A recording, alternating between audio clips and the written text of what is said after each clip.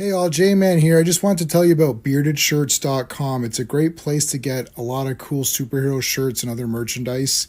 You can scroll, they've always got sales on. As you can see, they've got these really cool print all over shirts, which I really love. That's Eddie, the founder of the site. And if you're looking for stuff, all you got to do is you click on the search here and you can type in all over. And that's going to show you the all over prints, which are really, really cool. Look at that. You got Legion of Superheroes, you got Brave and the Bold, you got JSA, you got Superman, Green Lantern, Wonder Woman, all kinds of stuff. So check out beardedshirts.com.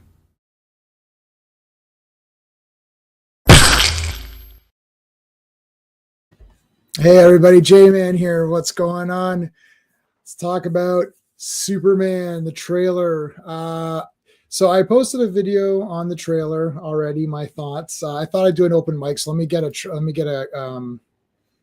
link up here. Hold on a second. So before I put the link in the chat, I want to talk about what's going on this week. This Monday. Oh, I don't have all my. So if you remember, if you know that I had some medical issues, I'm okay from them.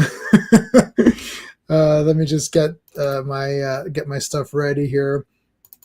So tomorrow I'm going to go live tomorrow, and I'm going to be doing episode 70 of the Legion of Superheroes. It's a Legion live stream. We're going to be covering the secrets of the Legion of Superheroes. So that's going to be a lot of fun. That's going to be tomorrow night. And one second here. And then Tuesday, we're going to be doing Dazzler. One second here. So Tuesday, we're going to be doing the final episode of the Dazzler live stream. And that's going to cover the final 4 issues of Dazzler. So looking forward to doing that on Tuesday. That's going to be a lot of fun. And then Friday we're going to be doing the Fantastic Fridays. Gosh, I'm like, no, we're not going to do that. We're going to be doing the Avengers, Earth's Mightiest Fridays, and that's going to be covering 4 issues of the Avengers. So that's going to be on Friday. All right. Okay, let's thank the Legionnaires, and we can get going here. Let's thank the Legionnaires. These are the channel members. We're going to thank Dan, Sean, Stephen, Brennan, Mark D, RR, Philip Story, S-Fawn82, who's going to join me on Tuesday, Digger Jim, Legion of Comics, and Quagnar. And of course, we're going to thank Mike Alonso, Clobberin Times himself. I'm quite certain he would not have liked this trailer. Having known him and talked to him, many things about Superman I can say with pretty good confidence that he would not have liked this trailer at all. And I'm pretty sure that we would be fighting everybody on it. But it is what it is. Let's say hey to the chat. Jordan is here. What's going on, brother? I did have health issues. I'm all good. Classic is here. Classic's going live in like half an hour. If you want to come on real quick, buddy, come on in. I'll put a link up. I know that you've got your live stream in half an hour. I didn't mean to usurp yours. Link to stream. There you go. There's a link in the chat there for people who want to come in and talk. It's going to be completely open mic, so whatever you want. I'm not going to. It's not going to be members only or anything. It'll just be anybody who wants to come in. Truth is here, buddy. What's going on? Thank you. I'm good. Yes. So I can give everybody whatever it is you're against it. That's Groucho Marx, baby. You know that. Hey, lady, fantastic. Thanks for coming in. So I can show everybody. This is like, if you can even see this, that dot, that is all it is. That's all it is. So when I went to go see Craven the Hunter, a terrible movie, I was having some chest pains, some tightness in the arm, all of that stuff. Wasn't feeling well, left the movie early. I drove home and didn't feel well, talked to my wife. Now I'm in Canada. So it is, obviously it's free healthcare. You pay nothing. It's pretty fast. I know some people say it's a bit slow, but it's not. It's pretty fast. At about 9:42, I called 911. By 11:30, I was already out of surgery and healthy. Basically, it was there was a blockage in my artery, and they need to put a stent in there. So it's a little mesh that kind of opens it up a bit so the blood can flow. And the way they do that is they just numb your arm, and then you just shove your arm out, and they just shove a tube, and the tube goes all the way through in, puts the stent in, comes back out. That's it. I'm talking 10 minutes. Like, that's it. The only side effects were that they had to shoot this like mist into your veins, and it just went everywhere. Like, my entire body was covered in this crap. So I literally had like purple skin. And they can trace to see where it gets blocked, and then that's where they put the stent. That's it. The entire thing from calling 911 to getting picked up, I immediately went into surgery from the call. So immediately into surgery. Doctors, the surgeons, like, amazing, immediately done, and I'm out. All of it within 90 minutes. The whole thing is complete. I was good to go home, guys. I wanted to come Friday and be with you and do. I'm about to do Avengers on Friday. I'm telling you. I was like, can I go home? And they're like, no. I was like, no. Like, no, you're not going anywhere. You got to stay here for 3 days. I was like, what? So I sat there for 3 days. I got to tell you, I did a lot. I was catching up on my Fire and Blood. I'm almost done this book. I read some Conan, read some Robert E. Howard Conan, watched a shit ton of Batman 66. I thank God that I have all of the episodes on my phone. Never leave. This is a tip. Never go anywhere without the complete run of Batman 66 on your phone. It'll get you through anything. Anything. I watch all the Penguin episodes. Let me watch all the Penguin episodes. So yeah, Truth is here. Thank you. Who else? Classic. He would have liked Krypto. He said it was Garbaggio. Yeah, he would have liked the idea of Krypto being in it for sure. Definitely, 100%. Yes, Groucho. I whatever it is, I'm against it. I agree with you. Whatever it is, I'm against. I even got the I've got those media assets now. I can't find anything ever. I hate StreamYard. Seems to change around every 5 minutes. They throw something else at you. Where's my Groucho marks? And I've only got 100. I can only hold 100 things. There's my how do you like that Groucho marks reference. Anyone else? Modern tech. Yeah, it's so crazy. So, and you can join if you want. Just let me know if you get done. Yeah, okay. If you're still going, I'll check it out. Yeah. Strangest trailer reaction ever. This is the strangest trailer reaction ever. Hey everyone, welcome back. Thank you. Yes, thanks, Brennan. I'm back. Talked to your dad. I talked to your dad this morning or yesterday. I can't remember. I talked to him already this weekend. We just chatted to catch up a little bit, so that was cool. Brennan is related to me, so if you guys don't know. Anyway, so I did a video about the trailer talking about it. I'll share the screen in a minute. We can go through it again. So my thoughts is that I don't like the trailer because it is the first teaser, and I would have liked the first teaser to show Superman starting out very strong. So my example that I gave everybody was the second Zorro teaser, the Mask of Zorro. The first Mask of Zorro teaser was very fast. You couldn't tell anything. It's like, okay, Zorro, and that was it. I wouldn't even count that as anything. That's like what we have now, where you have like a pre-teaser almost. There was nothing. But the second Mask of Zorro teaser, the one that's like, some say he's a legend. Zorro was a servant of the people. He did what was needed. Others, a ghost. It's like there are dangerous men about, and it's like all that. That trailer presents Zorro as very heroic, and you're like, whoa, people are cheering for him. All this cool shit's happening. Zorro's fighting guys. And at the end of that trailer, you're like, I gotta see this Zorro picture. Like, what? He's dating the beautiful women. She's fighting guys with swords. She's blowing shit up. He's running around, jumping around on horses, beating up guys. You're like, this is going to be a fantastic Zorro movie. And it appeals to people who love Zorro because they already know it.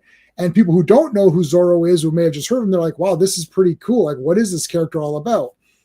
So my problem with this trailer is not the trailer in the sense of the trailer. My problem is that it should have started out, And the good parts of the trailer are already there. You should have just led with those. I would have done, using the same footage that we've already seen. I would have had the explosion happening in slow motion, and this girl getting caught in the explosion. It's like, oh no! It's like and then cut to Superman. You got that shot where Superman's flying, and he's rapid friggin' fire flying through the air. Explosion, explosion, explosion. Flying, flying, flying, flying. Explosion. Whoosh! And then he like zooms in, grabs the girl, spins her, absorbs all that shit. The explosion ends, and then she's like, "Oh my god!" And she's like, "You saved me." He's like, "Oh," she's like, "Thank you, Superman." And he's like, "No problem." Then whoosh, flies off, and then this summer, dun, dun, dun, dun, dun, right? So the music starts. Superman, he's fucking flying around, right, doing cool shit, maybe fighting some guys, or whatever, showing that kaiju monster or whatever, showing the guys, and then all of a sudden, dun dun dun, and then he falls. You're like, "Oh shit, what was that?" It's like he's fallen, and then it's like he's all bloody. You're like, what happened? And then he whistles for Krypto. Whoosh! Krypto comes in, flies in because he can fly. Krypto whoosh flies in. Boy, take me home, take me home. Grabs him, whoosh, flies home. It's like, whoa! You're like, what's gonna happen? That's it. So, and I don't know. Everyone's like disagreeing with me as though I'm some weirdo. Like, you don't want the first shot we see is Superman bleeding like a loser. Then there's shit being thrown at him. You're like, what is this? Like, what is this trailer? This stuff can happen in the movie. Some people have concocted this in their brain that I'm saying I don't think any of this crap should happen in the movie. No, the movie's the movie. There's going to be problems. That Lex Luthor is going to try to attack him. Ultraman is going to try to attack him. There's going to be several antagonists. There's going to be parts where the public isn't going to trust him because of whatever reasons. They might be pissed off at him. That's fine. That's in the movie. And there's going to be a story to go along with this film so that you can see why these scenes are important. But it's the first freaking trailer. The first thing should have been saving that little girl. That was clearly the best thing in the trailer. Everyone was like, "Oh, that was sick," right? Woo, she flies in. Why didn't they lead with that? Why didn't they lead with that? I don't understand. Why don't lead? Have that happen, and you end off with them calling Krypto as a cool little thing, like, "Oh my god, Krypto," right? Am I wrong? Go. Tell me I'm wrong on this. Okay. Ravenscroft is here. Thank you. He's never a student. Yes. Yeah. I kind of agree with you on that one. I agree with your trailer reaction because you myself have a couple of issues with it. Yeah. Or not everybody will like the trailer. Art has no guarantees. That's true. Thank you. Brand Tails. Thank you. Ultraman. Yeah, Ultraman. So Ultraman is the guy in the black suit. I think that's confirmed. Mark, if you're still on here, let me know. Like, that's confirmed, isn't it? So if anyone wants to join me let me pin the link here. Hold on. Okay, so I've pinned the link. So this is the link to StreamYard if you want to come in the chat with me. If you're coming in, you just need a microphone. If you're listening to the stream on another tab, make sure you lower the volume if you want to come on. The bleeding. Sorry, the bleeding is invincible. Yeah, but this is okay. But Superman is a hero already. Well, I know that. Everyone knows that. What I'm saying is that it's branding. So I don't know who here has taken film courses and or has edited trailers together or films. I have. I'm not saying I know more than others. I'm saying this is the first Superman of a new universe. New universe, new Superman, everything's starting over here. The very first thing you see is Superman laying there bleeding like an idiot. So I'm watching this, I'm like, okay, so he's all beat up.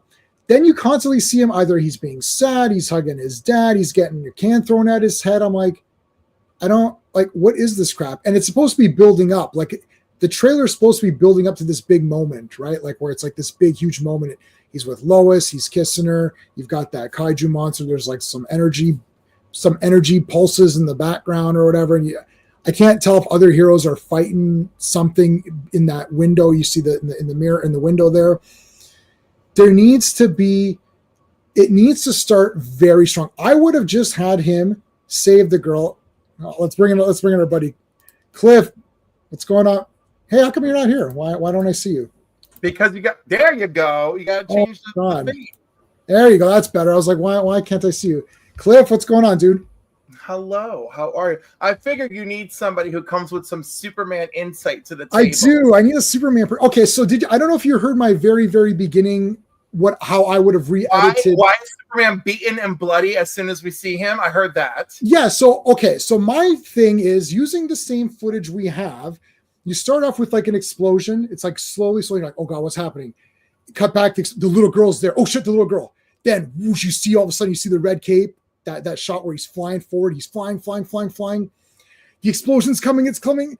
Whoosh, he comes in, grabs her, like that exact shot, spins, whoosh, the explosion. And that should probably be for a real trailer. Right, but see, this is the teaser. This is the first thing we're seeing, and he's beat up. I don't like it. I know you don't like it. I don't like it either, but I'll tell you why it happens. Mm-hmm. Okay? Because of every person out there who's like, Superman's unrelatable. He's so perfect. He's unstoppable. Those people are the reason for the trailer kicking off that way, because you're forcing the entire audience to stop and go, oh shit, what could have happened that Superman is beaten and bloody, out there in the Arctic, And then, of course, while he's there and he's pensive about all these events leading to what is probably this moment, right? We get Krypto, and it's like Krypto, Yeah. So like it's a big payoff for the Krypto moment. Well, he's clearly the hero of that moment, the whole movie, because he's the only one who does it. I was like, well, at least he saved Superman. Can't Krypto fly? Why didn't he fly in? His master's in danger. He's probably because he heard the whistle. He doesn't know that he's in imminent danger. He knows. Krypto knows everything. Krypto doesn't know everything. Okay, he's not always written as a 8th level intelligence. He's a great pet. Hey, RR, how's it going? Come on in, buddy. Could not be reached. Thanks, man. I appreciate beaten to pulp by Snyder. Perhaps the symbolic Superman is in a bad place right now. Yeah, it's for the Snyder cult guys to get upset over it. Red super red Batman. Love that. And Matthew Pounder. Hey, how's it going? Merry Christmas. Yes. That last name. Thanks, Matthew. Yes. That's that. He's always had that. No, I know. I'm just saying. So I would have structured it with the saving the girl first, then have him show some of the fights that he's involved in, the kaiju monster and all that. Then I would have ended with him getting falling into the Arctic, and then it's like, whoa, shit, what happened? Remember, it's only is it a minute, or I don't know how long it is. It's short, but we get this whole I'm in imminent danger and I'm having my flashback. I understand the structure of what they went with, and I defend the structure is for everybody who's ever been like, Superman's unrelatable. I think that's really where it comes from. So I'll give you this compliment, Cliff. That's the best argument I've heard against. So when I post this, hey, Brendan, I'll give you a shot in a second. So when I posted my big thoughts, of course, everyone says I'm an idiot and whatever. But no one actually gave a reason as to why the trailer should be structured in the way that it is. I actually agree with your reasoning as to perhaps that is the real reason why they did it that way. Yeah. To right away say he's not, don't say that he's not relatable. My response is still, I don't like it, and I wouldn't have done it anyways, because you know what? I'm tired of these people. I really, when I hear he's too powerful, makes me gag. Like, it was too powerful. But this is an immediate response to that, right? Yeah. So this is an immediate shutdown of oh, you guys are expecting all-powerful Superman. And It's like, we're not. We've got beaten Superman. We've got publicly dismissed Superman. But the thing is, are you familiar with Action Comics 775, Truth, Justice, and the American Way? Where he battles. I'm pretty sure I have it. I don't remember what happened in that one. What happened? Is that where it is? He battles the Elite. Yes. Okay. Yeah, for sure. I read it. Yeah, he battles the Elite. Right. That was awesome. That is the most celebrated. Yeah, it's awesome. Modern Superman story there is. Pretty much. From 2000 to now. Yeah. After seeing this trailer, including the fact that there's a kaiju, and there is a kaiju in that book, I am convinced that Team Terrific is the elite. Is the elite, and Superman, and all of these things that are painted for us is the James Gunn version of that story, with Ultiman or Ultraman or whichever freaking superpowered Superman is coming at us, which annoys me that that's in here too. But I'm going to blame Lex for that, I guess. No, you're right. So you and Mark both have very similar thought. You're both right. I don't know who's exactly right, but you're right. Whatever that team is, whatever you're calling them, that Terrifics team or whatever, they're taking the spot of the elite. Yeah, I actually would have liked the elite. That Superman versus the elite, and then we have the engineer. So the elite is a knockoff of the Authority, because for those of us who were collecting comics back then, the Authority book was on fire. Yeah, that was a big one. You know, well, you're not getting the Authority in this though, are you? But the engineer is in this movie. She's cast. Oh yeah, she is cast with Ultiman in a lot of those images. Yeah.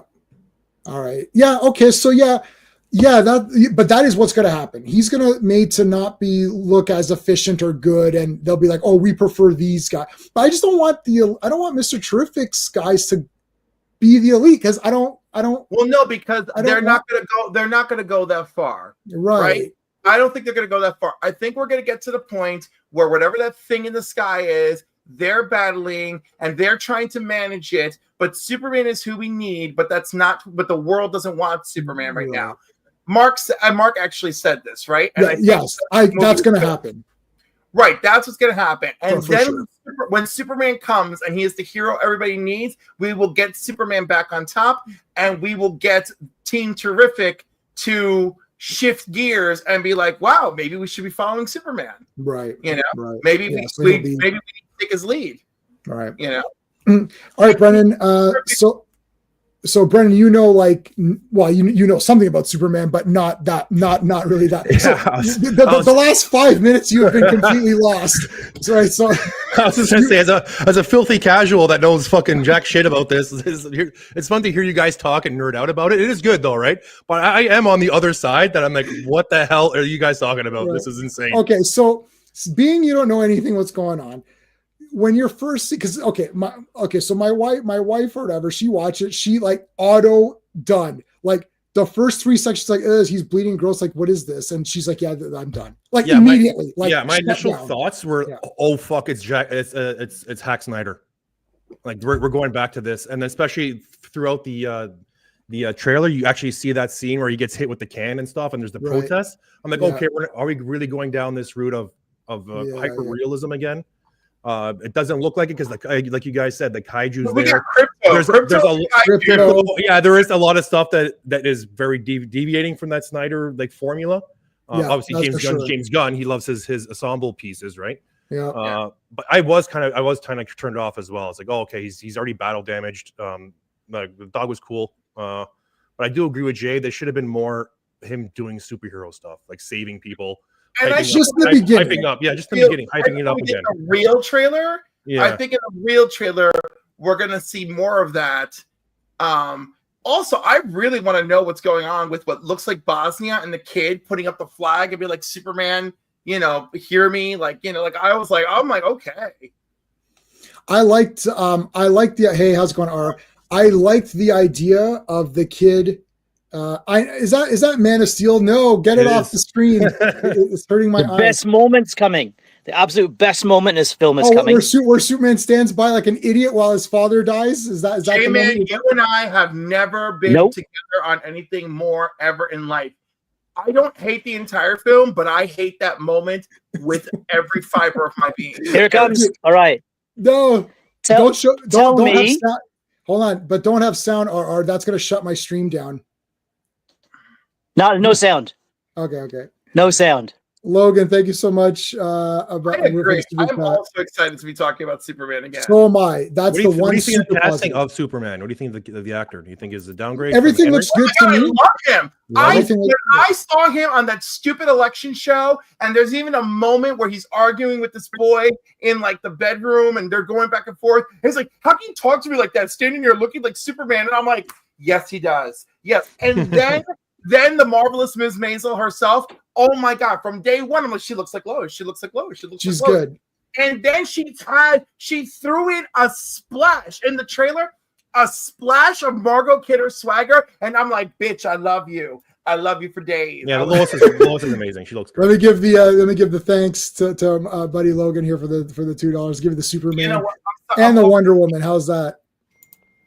And a Wonder Woman. All right, so are you saw my sort of my no. Just in case if it shuts me down, buddy. Just in case if it shuts me down, just for the video too. There's less than 7 seconds there. Less than 7 seconds. So when I did the trailer reaction, I actually filtered it.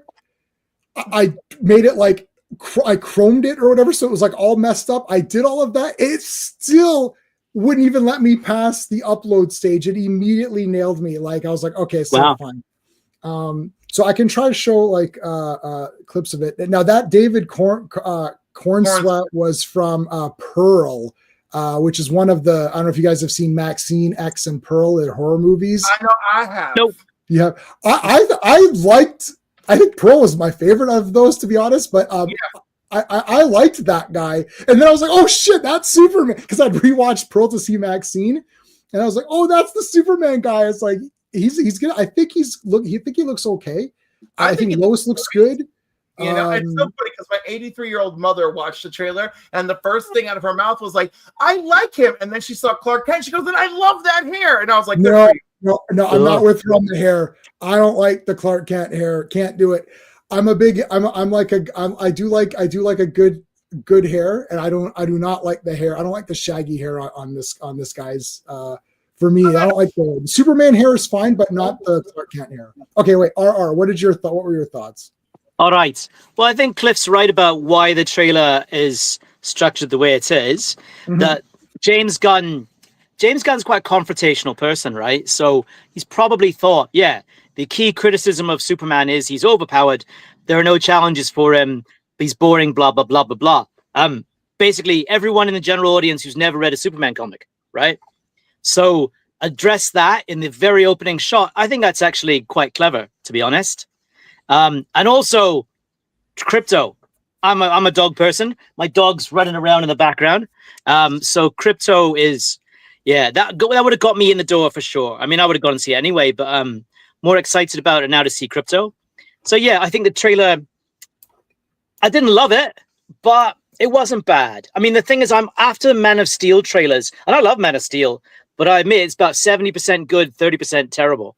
And after Man of Steel, trailers looked so good, and the movie just didn't deliver. You know, I've been fooled by trailers before, so I'm very much wait and see. There's Krypto. Now, I don't know. So I asked this on Mark's. Live stream, and everyone destroyed me.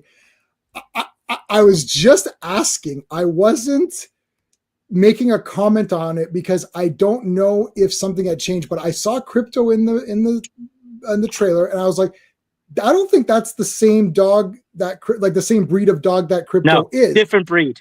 It is a different breed. I thought so. Everyone's like, who cares what breed of dog it is? It's like, well, if it was a Chihuahua, it'd be pretty silly looking, I would think. So I'm thinking, why did they change the dog? Or like, I'm like, I get like, it's just weird to me because it's just like the dog looks almost the part, and I'm sure he's really great at taking directions. That counts. Well, I can answer that one because the Krypto they're using in the film looks like James Gunn's dog. That too. It's nepotism. It's dogism. His Gunn and nepotism never. James Gunn is the king. James Gunn is the king of nepotism. His wife, his brother. I mean, everyone's in it. Everything he does has family in it. So keep his ass at home. So what is the Krypto breed dog? What is it actually called? Like, I don't know anything about dogs. I know Chihuahua. Labrador. He's a Labrador cross, I would say. Just the shape of his face and which is and the actual the one? size of his body. Which is the real Krypto? The one on top? I mean, yeah. Like this was the cartoon that just came out. Jay, is it which is the one from the comics? The one. So let's go Krypto Superboy and see like what's like a good. Where's like his. Here you go. Like here's this is what I know as Krypto right now from reading Legion and Superboy and stuff. So it's hard to see. It's definitely a mix. It looks like he's a mixed breed, but a Labrador I'd say would be the dominant breed in his makeup. So what is this dog? Krypto Superman. What's this dog? What kind of dog is this? Not sure. It looks like a terrier cross of some kind, just based on the hair. Yeah. Like maybe a wired hair terrier with I don't know, with a lab and a couple of other things. Mm-hmm. Yeah, I just asked because Cliff knows every Monday I'm doing my Legion live streams, and you guys all know. Actually, you all know that. And in reading Legion, I was like, "Oh, this is the dog," and I wasn't sure because I know John Byrne in the relaunch after like post crisis got rid of everything. Yeah. Started basically. There's just Kal-El is the only Kryptonian person that is alive. That was his kind of mandate or whatever for that Man of Steel going forward. And then I wasn't sure if later on the editorial mandate because he had every intention of Power Girl being Superman's cousin, and they were like, no, slow that row. He is the last survivor of Krypton. Hey Chris, what's going on, Chris? Thanks for coming on. The dog wanted to come on the stream. Hey, how's it going?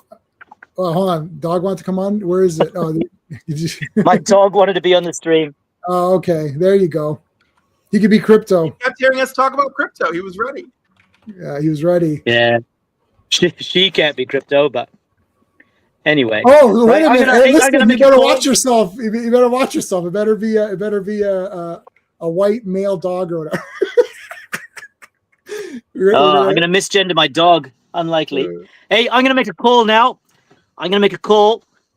Ultraman, like who we see Superman fighting in the trailer, is going to turn out to be Bizarro.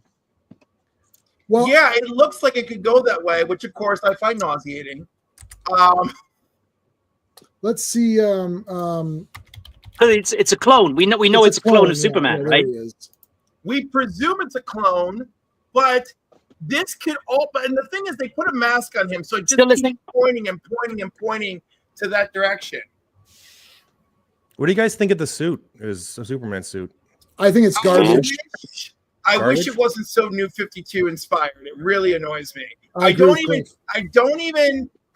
even lose my shit over the S, right? Like I lose my shit over the New 52 of it all. Yeah, hey, I agree with Cliff. Check this out. It's me. I met Nicholas Holt a couple of years ago. Oh, Nicholas Holt is great. Look at the jersey I was wearing. Forget what you're wearing. That is awesome. Look at him. That is a weird coincidence. Superman. That is a weird coincidence. Foreshadowing. Very foreshadowing. He is so fine. He's really nice guy. Really nice guy. Not in the Mad Max movies though. He looks pretty gross in those. Well, no, I've been a fan since About a Boy, which is a terrific movie. Is it about a boy? About a boy, yeah. Yeah, About a Boy is sort of his screen debut with Hugh Grant. He's fantastic in it. You know, child actors, meh. But no, Nicholas Holt is very nice man, very nice. Much taller than me, as you can see. But yeah, he was really cool. Awesome. Yeah, that is awesome. My favorite part is saving the little girl from the explosion. Oh yeah, that was. See, I'm looking for things where I was like, yeah, you know, like I want to like. For a teaser beginning thing, I want to watch and be like, holy crap. I understand that they want to show some of the story, but I don't like that the very first thing he's damaged. And that's it. You can rearrange the shots of that trailer and then I'd be a bit better with it. But the suit, I can't stand the New 52, that color sucks. Now I know Cliff is reading it. I don't know if you guys are, I know Brennan, you're not, but Absolute Superman, which is the weakest of the Absolute comics. But anyways, Absolute Superman. Oh, you mean Batman is the weakest? Batman and Superman are fighting for the weakest because I might drop Batman. I actually like Wonder Woman the best, which I don't know. Wonder Woman was great. Penn and Stare Lasso did that shit was for me. Penn and Stare Lasso. That's what I thought too. I was like, that's cool. But the S, I'll say this: Absolute Superman changed the S, and it's not exactly Kingdom Come. It's a weird. It's like Kingdom Come and the original meshed up, and I actually like that better than this. And let me see if I can find. I guess Absolute Superman logo. Okay, yeah, see, look, I actually like this a bit better. You can see it looks a little bit more like S-shaped.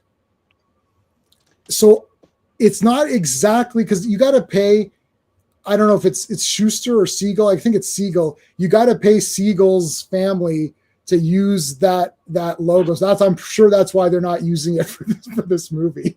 Oh my God, if that's true, that explains a lot about the Man of Steel S. Yeah, there's a lot of weird, like that's even this, like they just recently, they brought Mon-El back into the fold.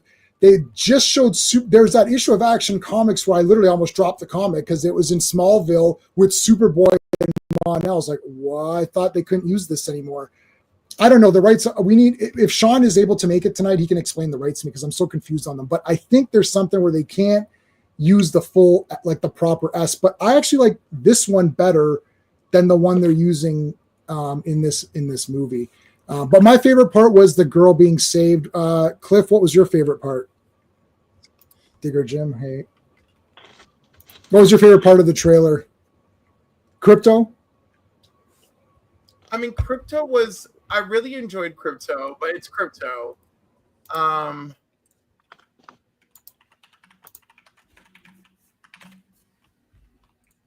trying to think. I kind of liked whatever that other guy is pummeling him across that football field. That was a fun little moment. I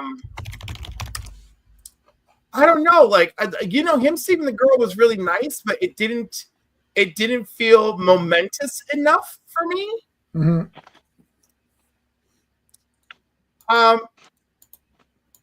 I mean, I kind of like the him floating with Lois thing, but again, that just feels like a cheat code. Oh my God, is it possible that just the Daily Planet scene is actually the part I really liked most? Because I was just like so happy to see it, and I loved her little swagger moment, and I was just like, I'm in it. I'm into it. What's the lady's name who's Lois in this one? So Rachel Brosnahan, I think. Yes. The actress's name. I'll say this. I'm not. Why is this happening? Some recording thing's happening. I don't understand what's happening. Why is that happening? That's weird. Oh, it's recording everybody. Hey, Joe Dog, what's going on? Mohammed, what's going on, brother? Joe Dog. What's going on? You finally see things that of not being on, just only typing. I honestly, I'm more hopeful about this trailer, but at the same time, I'm like, there's too many things to focus on when it comes to superheroes, right? We see the Maxwell Lord outfit. I don't even know what that is, but I think it's what Spider-Man 3 kind of suffered from. Too many characters, you think? Yes, because you're gonna, like, if they're there for some certain moments, but not all of them. It worked. It kind of worked when we're focusing Zod and the other one for his lieutenants in the second movie, because it was only in Luthor was like there was a good balance. But now that we have all this visual arts and everything else, it's like unless someone is really looking for it, it might lose their attention. Yeah, I have to see how this is one of these things where I have to see it play out. Like, it's kind of, on the one hand, as a nerd, I'm kind of like, oh, it's cool to see all these random, like, metamorpho. Like, this is so weird. Like, that's going to be kind of neat. So I'm excited to see a bunch of guys, but then I'm nervous that are people going to be like, what's going on? Or is Superman going to be overshadowed by too many other guys and it won't even be about Superman at this point? Like, are we going to lose Superman in his own movie? Like, he's just going to become like a background character for whatever. I don't know. The movie's under 2.5 hours, according to that was confirmed, I think today or the other day. So that's good because I can't do these 7-hour Zack Snyder snore fests. anymore. I tried to. I was like, let me try Rebel Moon again. And I saw that each one was 3.5 hours. I was like, yeah, no, I'm not. It takes too much space. Like there's too much. Like it's like breathing room. Not too much of it, where you're just seeing the scenery too much. Right. Do we know if is Superman going to be right as Superman, or is it going to be another origin story? No origin. You know? No origin. No origin. He's going right OP like Superman. He's like, this is He's Superman. Superman. Perfect. And like you were saying, Mohammed, I think the only good thing about this is that James Gunn, his shtick is the ensemble multi-character like movie. So if there is a good thing, like at least that's a director that knows how to have all the characters have their little moments and breathe a little bit. Like he's really good at that. So it's actually I'm scrubbing through the trailer, and he actually uses like Marvel property as a advertising thing in a DC film. It's like from the director of Guardians of the Galaxy trilogy in the trailer for a DC film. I'm like, oh, he must have paid Marvel a bunch of money for that one. Did everyone see? Have to, because it's like having it's like a, what do you call it, credit? It's like a resume credit. Yeah, it's still an IP of Marvel. Like I don't think you can say in I don't know advertising trailer. Like you can say it maybe in an interview, but oh man, what was it said? You know what? Honestly, I doubt he had to pay for it. But even if he did, it's worth it. Worth it for sure. 100%. You know, it's like you've all missed. Hey, you've all missed the most important thing. I haven't seen your live, so what's the I'm alive. It's fine. Yeah, I'm live and alive. So I just saw the Superman trailer and I thought it was okay. The problem with this trailer is I hate the costume very much. I don't Nobody likes him it. come as in the blue suit. I don't like the lines. It looks like it's from the MCU suit, and then I don't like the collar. I don't like the color either. Yeah. What's really good about this is Superman came to the rescue and saves the girl. That's what I really enjoyed. Yeah. All right. So, what were you going to say? You were going to say something. Well, I'm disappointed in you. You've all missed the most important part of this trailer, and that is that at last, people with ugly bowl cuts can see themselves represented on film, and I think that's a big step forward for society. We've definitely moved forward on that. The bowl cut. I mean, that's Guy Gardner's hair. I don't know what to tell you. His hair's goofy. I don't know what to say. Listen to me, okay? Number one, didn't have to go with that hair. He has more than one haircut. Number two, didn't have to go with Nathan Fillion's old ass. Number three, who came up with these goddamn costumes? All right? Number four, get Nathan Fillion the F out of here. All right? So that's it. Could have used like this, you know. That's not even a bowl cut. That's like a crew cut or whatever. Yeah, he's had different looks. Right? He was really good in Justice League International. I think most people know that this is like, I think, okay, well, generic man on the street's not going to know who Guy Gardner is, but slightly above average knowledge comic book person is going to think of the bowl cut. I think that's the first even thing if they're going with of. the bowl cut. Like, I'm just sick of Nathan Fillion's face, and then he looks like freaking Uncle Fester. Oh, Comic collectibles. I can't blame you per se, but like I'm not really sold on the suit. I'm like, I'd rather have the Green Lantern looking suit. And it's because he's Green Lantern? Is that all? You want it to be green just because he's the Green Lantern? No, but let's figure out how that works out with the whole Thor thing. Yeah, the helmet thing, and you're actually trying to go with the ultimate version of Thor, and like Donald Blake thing made more sense. Like, how does him being Thor work all the time when you're trying to make him humiliate, like being him? Like, think about how it all came to be. Yes, that I know. Well, it would have been interesting to have Donald Blake be a different actor and become Thor. When Thor had his helmet on in the first movie, he had on for about 5 minutes. I thought, whoa, this is bad ass. And he took the helmet off. I was like, and they never put it back on. I was like, hey, wait a minute, what happened to your helmet? That the special helmet for the Adventures in Babysitting fans, that helmet is what prompted Vincent D'Onofrio to let Elizabeth Shue get the car back without paying the $50 for the tire. And it's like, that was because the little girl loved Thor. She's like, oh my God, you're Thor. And then she's like, "You're not behaving like Thor because you're not wearing your special helmet." And then she gives it to him, and then he's like, "I already have one of these at home," and then he lets them go. First of all, that movie's a 10 out of 10 if you haven't seen it. But I love that part in the movie, and then it's like they didn't have the special helmet in the Thor movies. Come on. That's what I kind of like about those kind of movies. The babysitter. Versus the babysitting. Like that one, because it was fun where the kid was just like likes Thor so much that she's just acting out the character. Here he is, there's Thor. But it couldn't get any worse than what went on with the Hulk. But like I said, we're gonna wait for more than a teaser trailer. Like I said, the positive for me was like the Krypto and how Lex Luthor. The suit, like we're gonna have, like it's gonna be like. And Tyrone Magnus is probably even worse than I am when it came down to criticizing it. I'm being polite.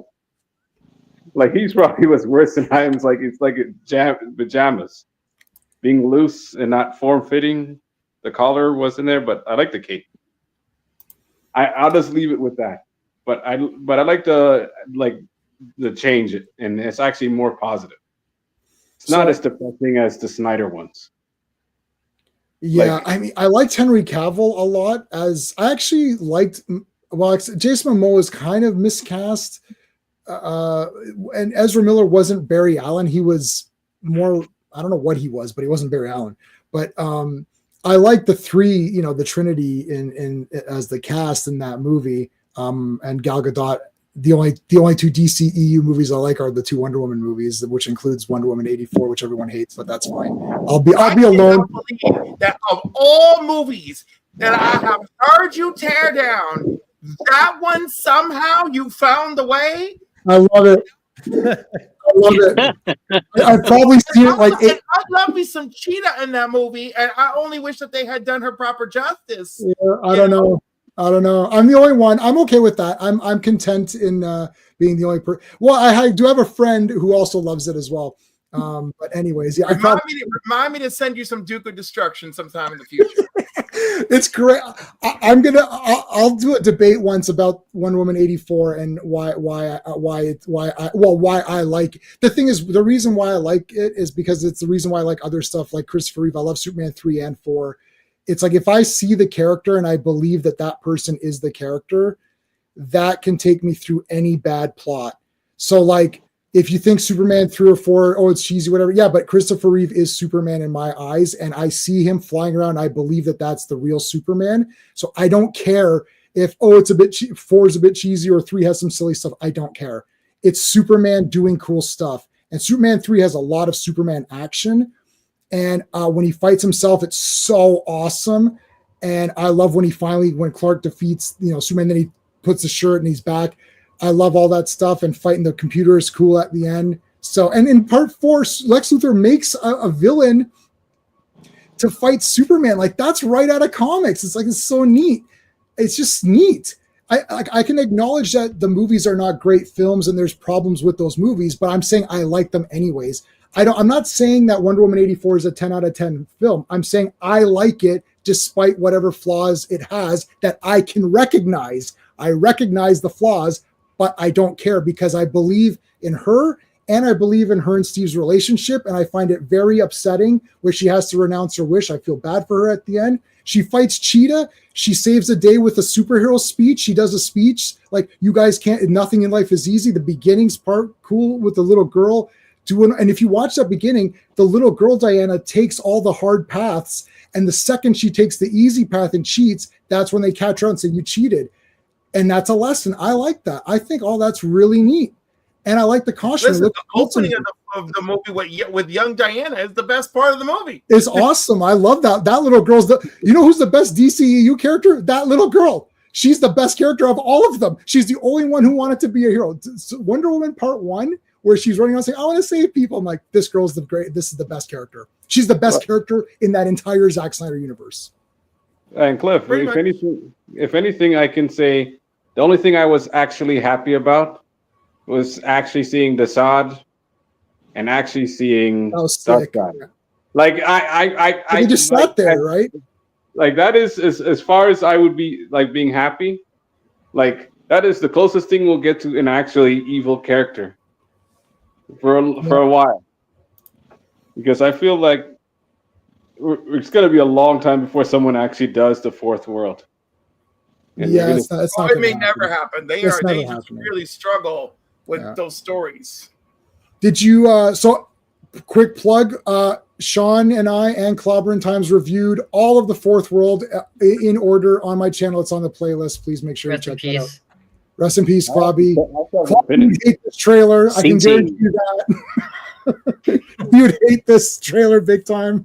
He's even more of a, like, he doesn't like Superman 2 or 3 or 4. He only likes Superman 1. So if he doesn't like Superman 2, I can guarantee you he ain't gonna like this one. I don't blame him. Because the second one was the goofiest out of the two. The first one kept the tone and actually kept like the character wise. I know J-Man's not a big fan of the Donner cut, but are you guys have you guys watched the Superman 2, the Donner cut? Oh, very much. Yeah, I watched it. It's just not complete. Like it doesn't have the, some of the lines were altered because they had to use Donner's takes. And Superman, when he flies up and says, "Would you care to step out?" General, would you care to step outside? He doesn't say that. He doesn't say that. I was like, oh, but that's the best thing. The whole thing is this is the best thing in the movie. Oh, Logan, thank you so much again for another super chat. It looked like the trailer in First Assault was destroyed somehow. And the Kalex, yes, that's right. Yes, that was definitely Cliff. That is Kalex, right? Or I don't know how you say that. Kalex. I don't know if it's Kalex. And you're not sure? I think it is, isn't it? Yeah, no. Or Kelix, because that's the name they gave him in Man of Steel. But it's probably him. And, probably Krypto gets him back. They supercharge Superman and repair him. And Ultiman probably attacks in the process. And it's a whole thing. I'll give you Cora Jade as well. I think it's one of these. Can you see those? Yeah, I could see that. The robots from All Star Superman.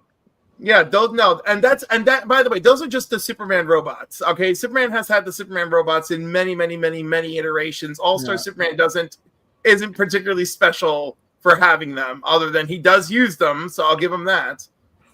Man, the Superman robots and the Superman robots have gotten those guys that have a lot of scrapes. Oh, and don't forget the Superman Espionage Squad. Yes, also. Yeah. And then what are they called? The little ones? The oh god, yeah. The little ones. I just read those not too long ago. The Kandorian Superman squad. Yeah, the Kandorian guys. Yeah, those guys. Yeah, the little guys. I did that. We just read that maybe like a couple of months ago. But so it looks pretty good. Like I like Nicholas Hoult. I think he's pretty good. He looks good as Lex Luthor. I think he's way better than the Jesse Eisenberg. Yeah, I didn't like Jesse Eisenberg really at all. Or John Cryer.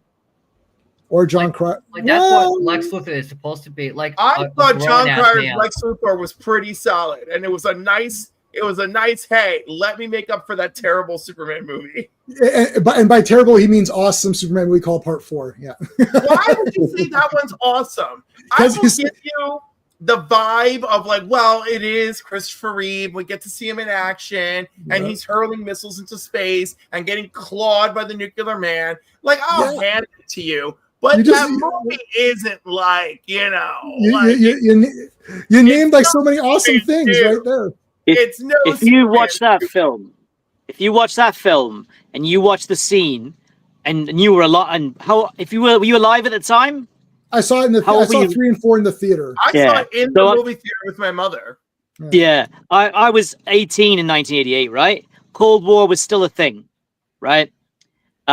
So if you went to see that film, I saw it in the cinema as well, in Toronto of all places. But anyway, possibly the same cinema as J-Man. But that's crazy. Anyway, but where I'm going with this is this.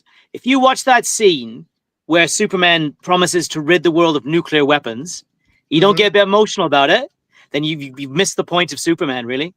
I think that is one of his best speeches in terms of on TV, on film, any media representation of Superman.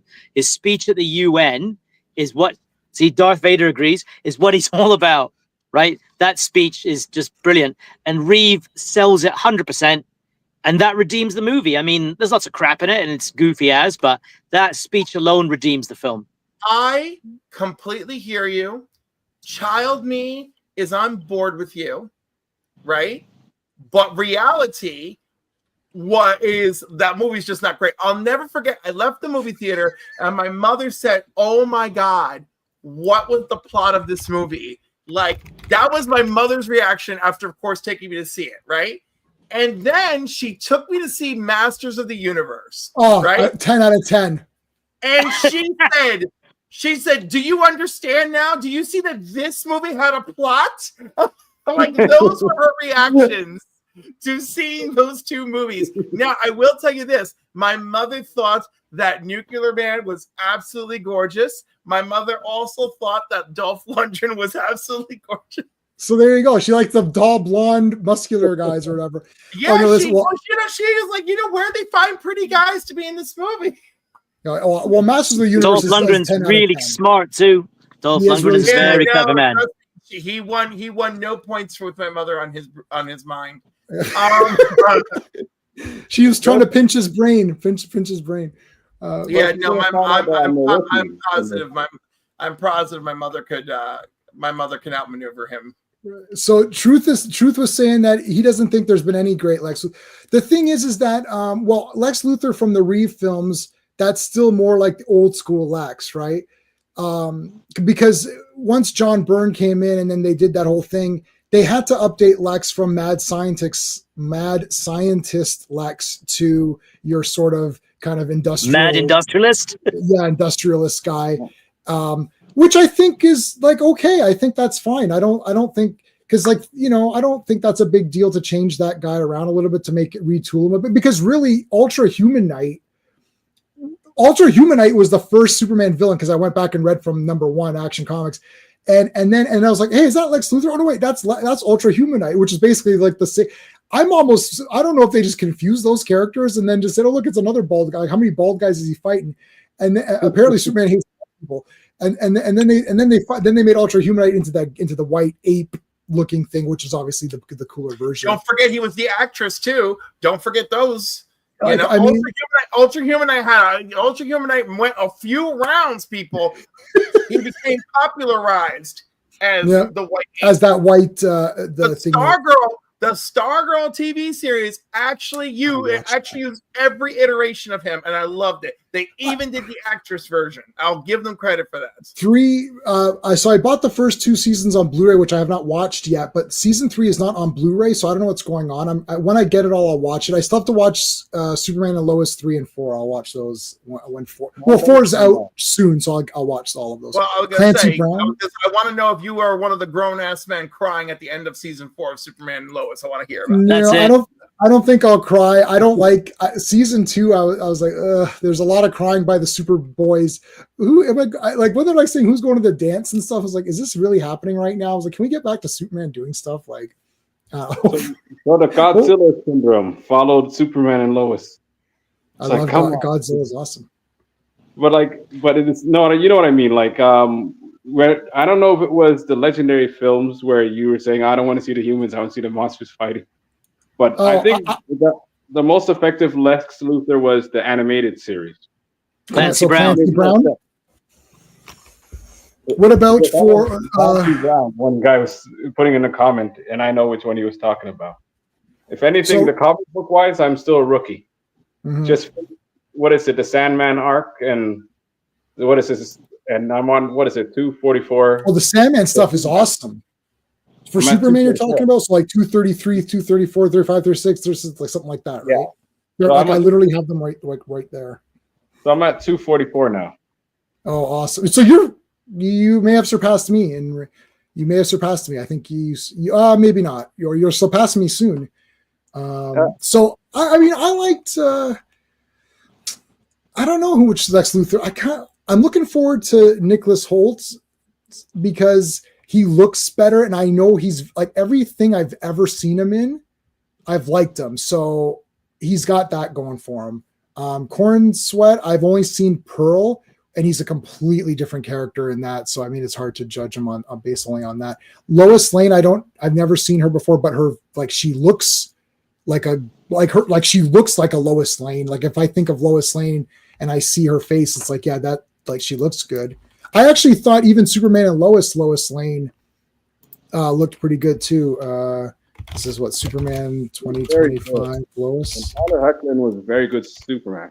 What was her name again? Rachel something you said? Yeah, here she is. Rachel Brosnahan's Oh, here the you one go. in the Superman film. That looks good. Like that's fine. That's you know, that's Lois, right? Like that's okay. But will she actually be likable as a character? Right? Yeah, I don't. You know, I like Lana more than Lois in general, just because everyone does. Everyone knows Clark should have gone with Lana. Yeah, everyone. It's but like you Lois. want to win those battles. I think it's even worse when you're watching or reading Spider-Man as a comics. You're like, do I like Brent more? Like you like everyone except for MJ. Everyone else except for MJ. Well, my buddy Steven, who just recently reread all the first 600 issues of Amazing Spider-Man. Wow. Yeah, he read all the Hulks Volume 1.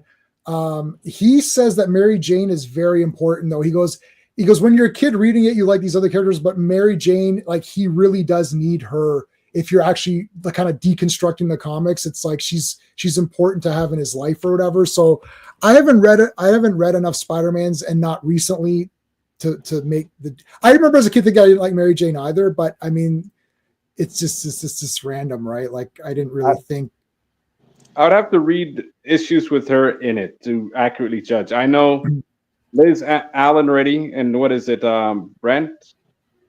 Was it what? Betty Brant? For, Betty Brant, you're saying for Spider-Man? No, the secretary for J. Jonah Jameson. Yeah, it's Betty Brant. It is. That's Betty Brant. Yeah.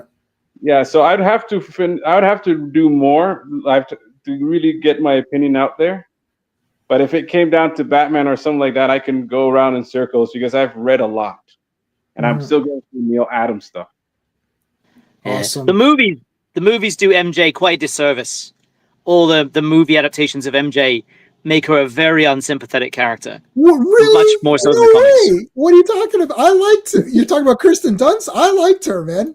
All right, there's Sean. There you go. Yay! Hey everyone.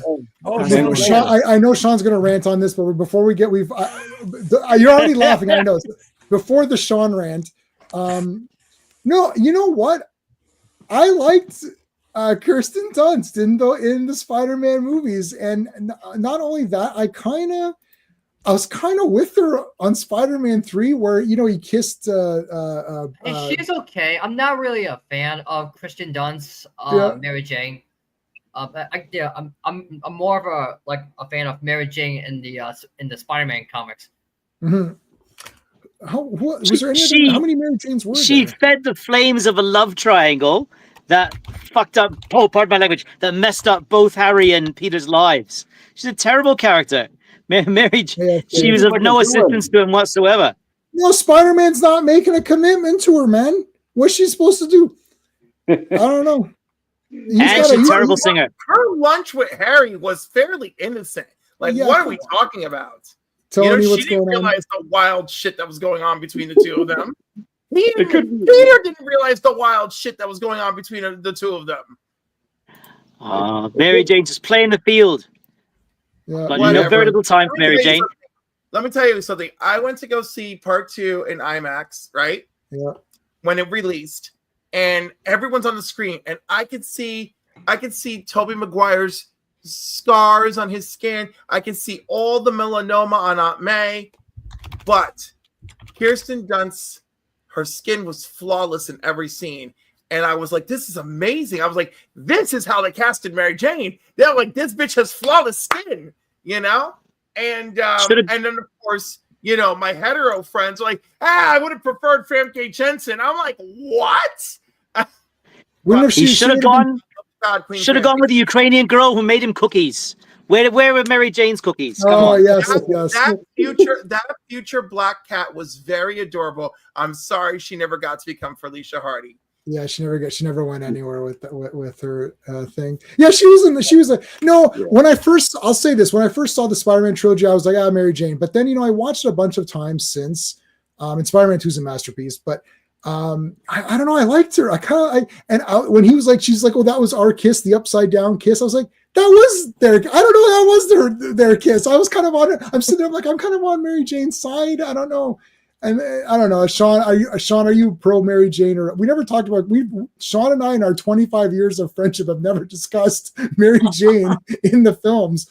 In the films, yeah, in the film she's good. I think she's better in the films than the comic. But yeah, okay, all right. I like Kirsten Dunst anyway. I liked her when she's the little vampire kid. She was cool. Yeah, I'm pro Mary Jane. Yeah, she was fine as Mary Jane. Her dad was shitty, and I don't know. I'm all right with her. I was actually reading some Teen Titans comics before I got here. You like Teen Titans? I didn't know you liked Teen Titans, Joe. So Green Arrow, he has a sidekick named Roy Harper. Yes, and Roy Harper was a big lazy man. He's trying to get to Dawn Troy in the Teen Titans comics, and then it ended, and then Dawn Troy was married to her new husband called Terry Lawn in the new Teen Titans comics. He can't get Donna Troy. That no way. He can't get her. First of all, or Donna, because they just tossed her around to all the boys. I want to retcon that so badly because it pisses me off. Yeah, she's gotten a shitty ass deal here. All right. So Sean, I know we talked kind of privately. So I don't know if you heard my beginning rant, which was they should have started with the explosion. There's an explosion happening and all this crap's happening. And the little girl's walking or whatever. And then all of a sudden you see like the streak, the red cape, the whoosh, the flying scene where he flies in. He swoops in, saves her, absorbs the blast, and then she's like, "Thank you, Superman," or whatever. You saved me, Superman. He's like, no problem, or whatever he says. And then he flies off, and then some quick shots of he's at the Daily Planet. Quick shots of maybe fighting some guys. You got a kaiju thing or whatever, and then it's like the music changes into a darker tone, and then all of a sudden he's like hit. You're like, "Oh shit, what happened?" Boom! Something like Ultraman hits him or whatever, and then he falls into the Arctic. It's like, oh shit! And then you end with Krypto flying in because he can flies in, and then grabs. It would have been cool to just whistle, and then you just see him fly in, grab the cape, and then fly him off, and then say, "Okay, coming soon." I don't like these starting off bloody and beaten up. That's my thing. You're saying that the trailer should have started with what the tone of the movie should be, and it probably did. That's my point. With him being battered and stuff like that, it probably is. Oh, someone got. Oh, Brennan had to go. Thanks, buddy. I appreciate it. Yeah. Look, I don't even know where to begin here. So, see, I knew it. I'm assuming everyone thought this was awesome, right? So, well, most people the thing about this movie is I love James Gunn. On the one hand, I think he's great. Slither's awesome. All his work at Troma was awesome. Yes.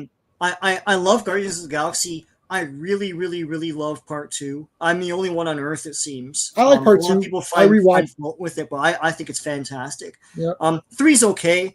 I think that he's a good filmmaker for his own style. His cynical style, like Super and all that stuff. When he produced Brightburn, to me, that's his Superman, really. I liked Brightburn and I like Super. Yeah, but the thing, they're a bit too cynical for me. I think too that his skill is unmatched right now in Hollywood. We always hear about Lucasfilm projects and Marvel projects being reshot and like tons of pickups and stuff like that. They don't know what the hell they're doing. And James Gunn is expert at making a blockbuster picture and runs a tight ship. And you see it here because Superman and Fantastic Four is supposed to come out at the same time. And right now, Superman has beaten Fantastic Four to the punch with a rolled out campaign, a teaser, all this stuff, a poster. It's right. it's a tight ship. It's like we got logo. He's not gonna reshoot the whole movie next year, and like and they're probably gonna do that with Fantastic Four because it's Marvel. Look, I'll give him all those accolades. I'll give him the respect there. My problem with James Gunn has always been that I feel there's an underlying contrarian douchiness to him that I've never liked. And you see it in his tweets all the time. He hates Batman 89. He says the stupidest things about it. He hates the score. He hates it's Batman 89. We have the Batman phenomenon of today because of that movie. I remember the days of the 80s when Batman wasn't a thing anymore. Right. Superman was it. I'm gonna tread lightly here, and I don't want anyone to comment on this because I don't want to get into hot water. Well, I'll just say this: the comments that got him into hot water at Disney.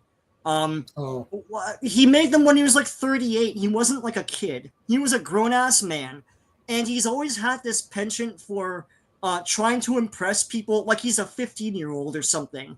It's like the guy's like an old man, and that kind of insecure douchiness. I see it in every single thing I see with the Superman movie. It's like the S is different. Why? Don't come at me with your, it's in Kingdom Come. Kingdom Come is an alternate take on the character. It's not the canonical take. Right. It's like this is right. That's Superman. It's been the symbol since the serials, and everyone has that tattooed. It's like everyone knows what that. Though in the world, the brand equity of this symbol is unmatched. Why change it? It's old fashioned. Well, shut that ass up. His costume looks like crap. Yeah. When he was asked about it, he's like, well, like the fake muscles. Well, then don't have fake muscles. It's like Cavill This is the biggest Superman we've ever had. It's a baggy sweater. It is a sweater. Everyone's costume is that. That's his like hot take on the superhero. Look, I'm Green Lantern. This is the Green Lantern costume. Yeah, these are cosmetic things. That's fine. I'm fearful of all the dumb superhero characters in it. Like, look, it's cool that Metamorpho and all this crap is in it, but why? The movie's called Superman. I really don't want them to upstage the character.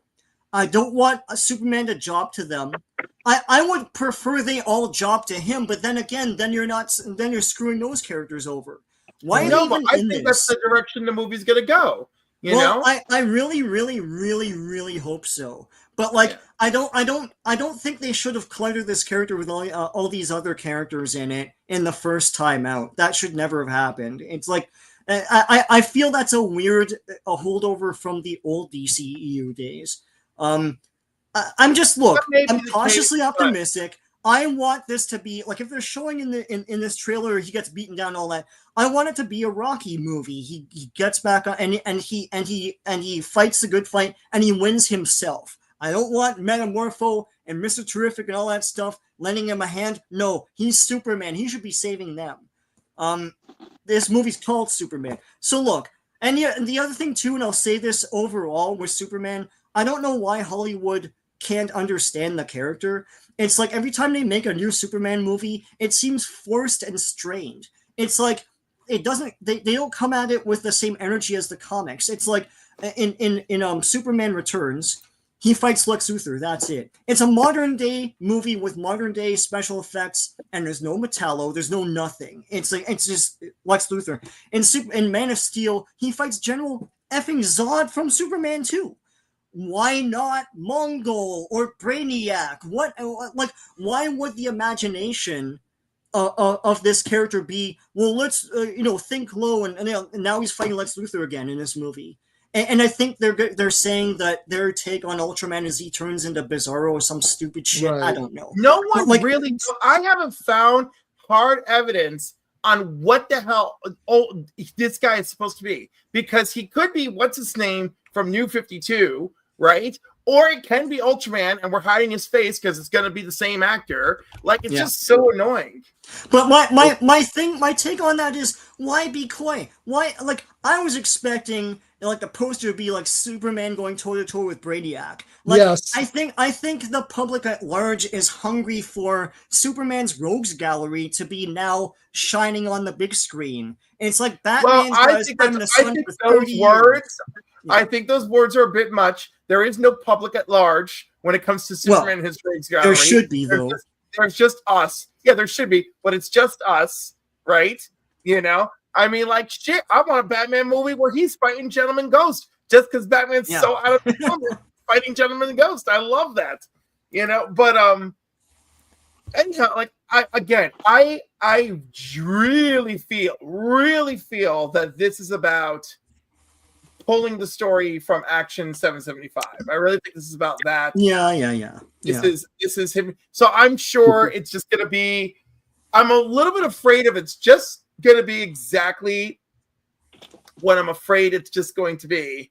You know what's funny? Gentleman Ghost should be saved for Hawkman.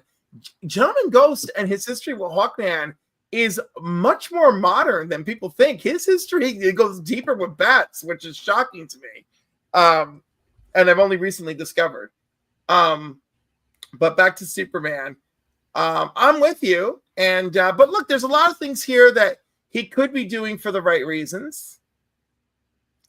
But we just have to wait and see. I think so. Mark and Cliff, and I don't know. I know you guys are friends outside of YouTube, anyways, right? But I was listening to Mark's channel the other day, and he mentioned this, and Cliff mentioned it as well. The elite thing, which it is going to be terrific. Guys are sort of taking the place of the elite guys as the preferred team. Like, oh. So Mark said, I don't remember exactly, so I'm not quoting him, but like he said something like, let's say there's that kaiju monsters attacking or whatever it is, and Superman is like not dealing with it in a definitive way, as in to just pummel the crap out of it. And, you know, he's trying to be, you know, he's got the kid gloves on because he doesn't want to hurt the monster or whatever. And people are like, oh, you know, what the hell? And then terrific guys come in, Gardner, Hawk or whatever, come and just destroy the thing. And everyone's like, yeah, it's like, yeah, that was, you know, and that's what we, you know, just destroy this thing. And then people are kind of booing at Superman saying, what the shit? Like, he didn't do anything. And that's the part in the trailer where they're even just like throwing crap at him and whatever. And he's like, okay, you know, I fought, but whatever. So then, and then later when that energy being or whatever's going on in the background, they're trying to deal with it. And then Superman has to come and actually save the day. And then everyone will love him for that or whatever. Now, my thing with that is that why is all of this happening again? This is the first movie. This is the first thing of a first thing of a first thing. It's like, why don't you save all of that later? Like, this all sounds like the plot to the third movie or something, right? Where, oh, people don't trust Superman. Because it comes back to this audience thing, right? To a world of people who don't know how to relate to Superman, don't understand his relevance, right? So you got to take the most popular modern story about his relevance and try to bring that to life and splash in stuff from all the other relevant stories like All-Star Superman and all that crap. Right. And just sprinkle it about and hope for the best. But my problem with that is they didn't do that with Superman the movie. Superman the movie came out at a time when everyone was cynical about the character. And they didn't do this. They didn't apologize for the character. They just put the character on screen. But that was in a world. That was in a world without excessive amounts of corporate head like we have now, right? And like, it was bad then. It's 10 million times worse today, right? We have algorithms and AI and other BS, right? And the egos of the people in control, again, are more out of control than anything we've ever had to deal with in the past. Worse than the Salkinds? Really? Yeah. Worse than the Salkinds? They messed around with Donner's production a lot. I mean, that's why the second film is a Richard Lester directed. Yeah, no, we know all about that. We even know why Lois Lane got reduced to a nothing role in the third movie because Margot didn't keep her mouth shut. I know all about it, man. Wow. There are people out there who work or are worse now. And Christopher Reeve is an innocent too. You know, the actor that played Nan had to step up to him because he was talking shit about him at that restaurant. over in London about his father being a mobster, okay? And then freaking Sarah Douglas, he was not nice to her, all right? So no one's innocent from back then. There's eagles galore and stories galore. I know them. I know them. And that's the bottom. That's the bottomest bottom line. I ever bottom. You gotta. I'm here for all of it. I'm here for all of it. And I just really hope this works, because I don't really dislike James Gunn. And by the way, if we've learned nothing else in life, there is no age limit on being a dumb punk. So 38, 48, 68, 78. No, there's an age limit. That's limit. messed up. No man. age limit. And and sometimes you could be a dumb punk and even get into politics. So let's. All right. So hold on a second. Andrew is joining us. How's it going, buddy? Well, sorry, Logan. I don't want another origin story. I want a confident, good Superman movie. I'm good with a new story. I knew they're gonna go with was it 1775? Whatever happened to the Man Tomorrow? Is that what it's called? Or I can't remember. No. What's so funny about American Way? Sean, we I know that's covered been it. done and done. I mean, We they made covered that it. animated movie. That was awesome. But I would have just done. So Sean, before you were on, we were talking about this. It was just Cliff and I. I just said just make Superman versus the Elite. Just make that then. Yeah, and Manchester Not recognizable enough characters. But it doesn't matter. Characters It not doesn't matter. recognizable You enough. make the character recognizable by making a great character. It's not like anyone knew who General Zod was before Superman 2. And nobody cared about Guardians. No one cared about Rocket Raccoon. It's like you gotta put confidence into the character, right? But yeah, no, Manchester Black is awesome. I love the sequel to that story. I guess it's a sequel where he pretends to kill Lois Lane, and then he's surprised by Superman's reaction to it. Because he thought, now I'm going to make Superman an evil right. prick, They keep testing him. I guess, right? And that doesn't happen. And he's like, no, he was. You know what? If only he was in the world of injustice, it would have worked great, and he would have been real fast. I don't like Superman turning evil. It makes me barf. Makes me barf. And Andrew's been patiently waiting. All right, Andrew, what's going on, brother? Not much. I thought we can't hear you. Can you guys hear him? I can hear him. I could kind of hear him. I kind of hear him. I said I thought I'd come in and say hi. I can't hear him at all. Hello. Andrew, go out and in again. Go out and come back in. I just heard him say okay. No, I can't hear him at all. I can hear him. What? I can hear him. No way. Are you guys? Andrew, I can't hear him at all either. I don't know if it's Yeah, an admin thing or what. The admins can't hear you. I'll be back. Quick. That is so weird. Slag them off. Say some terrible things about them. Well, let me. He already does. Hold Tell on. us what he's saying, because we can't hear him. Hold on. Let me remove him and bring him back in. All right, try again. 1, 2, 3.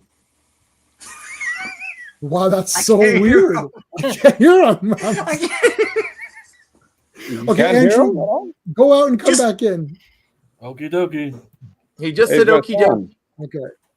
All right. But the one come back Did in. y'all really not hear him? No, I couldn't hear him. And you That's couldn't so- hear him just say okie dokie right now? No, Oh my that god. was so weird.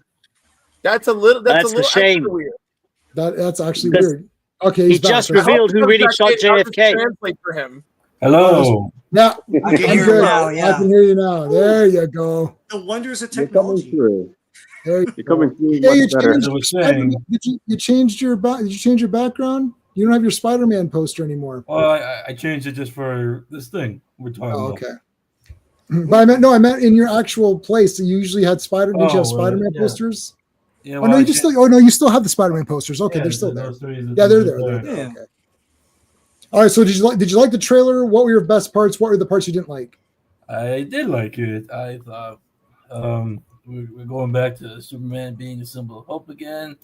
I like seeing him on the farm with Pa Kent. Him making Clark a bumbling doofus again, like Christopher Reeve was. Seeing Lex Luthor, all the stuff was good. And despite what I've seen people say, I see him being in the snow. To me, shows that he can't always be invulnerable. Like he can sometimes get knocked down, but always find a way to get back up. Oh yeah, I was gonna mention Pa Kent in the Superman trend. He looks like he was like Fat Harvey Weinstein. Oh god. You're not the only person that said that. At Harvey Weinstein, you think he's skinny? he looks fat. I guess so. Yeah, well, he's an old guy. So But he's isn't he supposed to have like a bad heart anyways? Like canonically before he passed away? Like I know. Only twice was it the heart attack. Superman the movie and that Brainiac thing that happened in Action Comics. Yeah, this guy looks like it looks like Texas Chainsaw Massacre to me. I don't know. He looks like the Sawyer family or something. That's a bit harsh. Guys, he's great in Constantine. Looks like I'm gonna have to get going anyways. But yeah, okay, Sean, thanks, I finally read Micronauts. Oh, terrific. Yes, but I'm gonna get caught up on more Superman stuff by the time this movie comes in. But like I said, it's like a comic book run. If you get into a comic book run that you've not watched the previous issue of, it's gonna keep bugging you. That's what I feel that this movie might. Because I don't know who Maxwell Lord is. Or I don't think is Max Lord in this. Yeah, he's played by Sean Gunn. Oh God, yeah.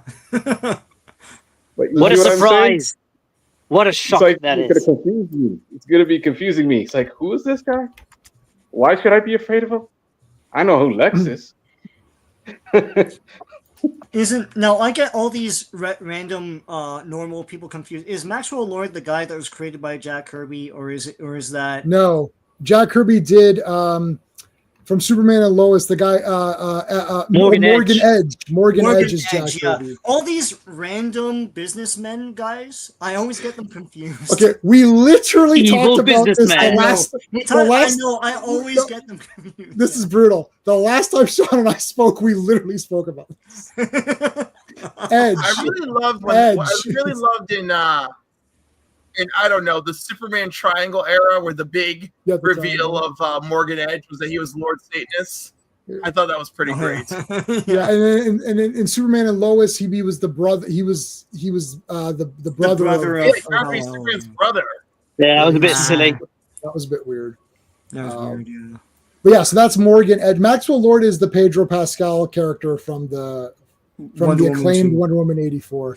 The critically acclaimed. Clear that I have a lot of Wonder Woman 2 to 83. Anyway. Oh, stop it! That's Sean. That's one of my jokes. Don't use my jokes. They're already brutal. I can pull them off because I'm a silly person. But I did pull it off. Anyway. No, you're more serious than I am. I'm a bit sillier. I can pull it off. Well, anyways, good night, guys. Have a good Christmas. Thank you so much. Yeah. All right. Happy holidays. Happy holidays. Happy holidays. Take it easy. Merry Christmas. Bye. Should we introduce Metallo Bizarro? Okay, well, look, the positive thing, is that Superman, everyone is talking about it, and the trailer got a lot of views, and people are excited. So I don't want to poo-poo on people's excitement because I want people to be excited, but it's hard for myself personally to be excited. So that's my thing. I think it's just not made for us. That's my. It can't be. It can't be. It has to be made for everyone. Like one of the things that's come out in the commentary of this film is how much is riding on the success of this film. Oh, yeah. I mean, I don't know what you guys think, but people are saying that the entire survival of the superhero genre on the big screen is going to rest on this film being successful. Because if this one won't be. No. You just need to make a good movie. Everyone just watch it, right? I mean, if Fantastic Four it looks good, people just want to watch it, right? So yeah. Like you gotta notice about Superman. This is a symbol about hope, America, and it's about patriotism. Like that's what Superman really is. It's inspiration. Yeah, none of which I got from that trailer. That's my problem with it. I disagree. I did get that. Really? Yeah, I didn't get it. Beat down, or I saw Superman get beat up for a minute. Why and I then got that?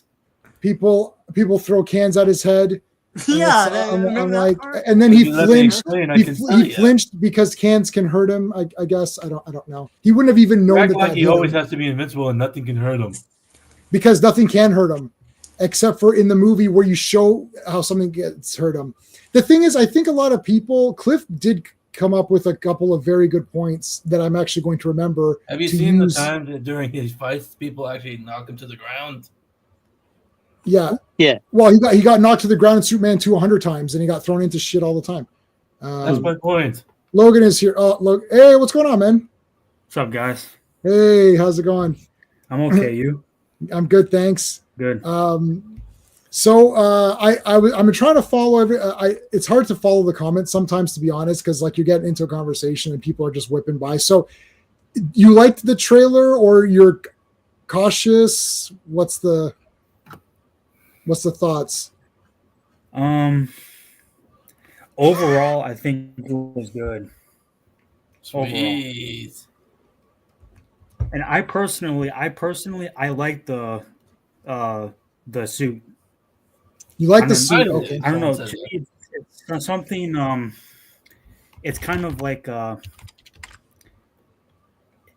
it's kind of like a mix to me. Oh, that's not that one right there, bomb right. Yeah, I'm not sure. It just, to me, it has that classical kind of look, but it's something kind of new, you know. It's like a. It mixes both, yeah. Oh. I like the S on the cape as well. Yeah, I like that it's on the back. I like the S on the cape. Yep. I think everyone likes that concept. That's a classic concept, having that on there. Yeah, I don't know. Pedro Pascal's miscast and everything. No, even if it's a Pedro Pascal biopic, he's still going to be miscast. Yeah. I don't know if I said this, but I love that Krypto's in this. It just feels natural. It should have happened many movies ago. Indeed. And I get that there are some people complaining about it, but like to me, more elements from the Superman universe that have been beloved over the years should be in these movies, right? Like Streaky the Super Cat? For sure. Yeah, man. The next movie they'll have Streaky the I Super want Cat. Comet. And I want Comet to turn into the guy. Superman. I want him to turn into that Sagittarius guy or whatever he was. That'd be sick. But I want to would love push if they back had- on. Yeah, I would love if they had a classic Fortress of Solitude with that giant yellow key. That would be cool. That's That'd be a not good happening, place Sean. if they want to make a. And the we need a statue, right? The statue of Jor-El and Lara holding up Krypton. Holding up the thing, yeah. Yeah, that will be cool if that's in the film. That would be really cool. I mean, I'm going to push back on Pedro Pascal. He was really well cast in the Nicolas Cage film, The Unbearable Weight of Massive Talent. Yeah, He's great in that. Yeah. Did we see? Everyone saw Supergirl in the corner in the trailer in the corner What? on the screen. No. Oh, okay. No. Okay. What? Really? She's in I the haven't trailer. examined the trailer. There's a lot going on in that trailer. I haven't. Hold on, I'm trying to find it. Yeah, find Maybe it. actually Then. go play the thing and look. I don't believe it. Yes. Well, it's definitely there. Believe it or not. Oh gosh, yes. I'm doing my Jack Palance. Yeah. How is this not? You got to breathe more. Let me get it off. I'll get it off Twitter or X or whatever the hell it's You called. am my number one. Okay. Super. Way to go, Lowly. All right. So let's wait, get it. she's in. Like she's in it. In it. Yeah, she's on the screen. How the hell did you pick that up? I didn't pick it up. One of the internet people picked it up, and then it's a picture of her talking to someone. It's like a talk show or something like that. And I put a caption, saying, "Supergirl, you are not the mother." No. What the fuck? just because I was thinking. Okay, let me see if I can find it. Wait, Supergirl. man, I gotta find this now. Just go Supergirl in trailer. I don't know why it's like. Well, clearly the reason why it's not here because no one's found it. No, it's definitely there. Can you get pictures from Instagram? Let me see. Can I search for people on Instagram? I don't know how to use any technology. Hold on a second. All right. Okay, here it is. I've got it. You're asking the wrong age group, man. Oh, you can't save pictures. Hold on. Let me snip it. How about this? Switch the screen. Hold on. Let me snip it. I don't It's see okay. shit. Unless someone, I don't think this guy faked it. Unless it's fake. This would be all over the place if she's in it. If it isn't all over the place, it must be fake. Well, the guy, I don't know if he faked it or not. I'll ask him. Let's see. I can tell if it's an AI or not. Oh, I have to delete an overlay. Crap. Hold on. I have like 400. Just ask it to open the pod bay doors. Open the pod bay doors. Sorry, Dave. I've never heard I can't do that. Yeah, good job. Good job. Here, I'll just share it on screen. Hold on. One of the few streams in which everyone gets the reference immediately. Yeah. I know 2001. Present share screen. I'll open it up here. All right. Window. Here you go. AI, you don't get that on Friday Night Tights. Is that fake? I can't tell. Like that's Supergirl? Well, that's Millie Alcock, I think. It doesn't even. Oh, I seen that doesn't look like her. Is that her? No, it's not. I don't think. I don't know. If that's Supergirl, why the hell would she be on TV? I don't know. Huh. I don't know. It could just be a random blonde woman. Well, yeah. I do know one thing people caught up in the scene where he's walking into the planet. There's someone with a newspaper that says Gorilla Grodd. That's cool. Cool. And we got to see Metamorpho. That was the wrinkled guy, right? Yeah, that was Metamorpho. Yeah. Metamorpho, one of the Batman and the Outsiders. Yeah. Yeah. Created by Bob Haney. Yeah, Bob Haney's character. Bob Haney, baby. Yes. Bob Haney, the one who created Teen Titans and my favorite Don Troy. Yeah, I can tell by profile. And he had Batman go leave the comic book and go into the real.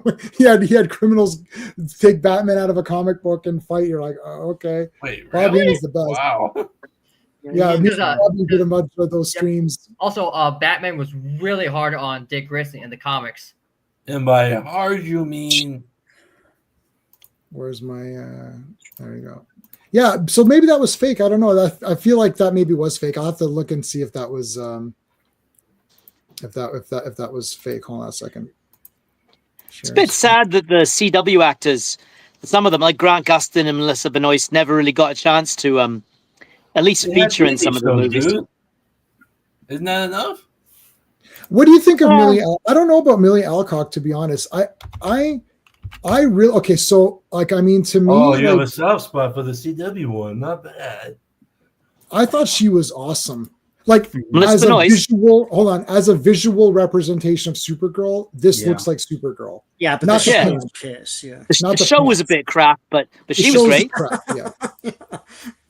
But this looks good. If it weren't for this show, we would have gotten Tyler Hoechlin. That's right. Spot on. Like she looks good here. Her face looks like Supergirl. I like the costume; it was fine. Yeah, I don't like the pants costume; that was stupid. But like her normal, this Tyler was Hoechlin's 5 o'clock shadow was worse than mine. He could never get a clean shave for any of those episodes.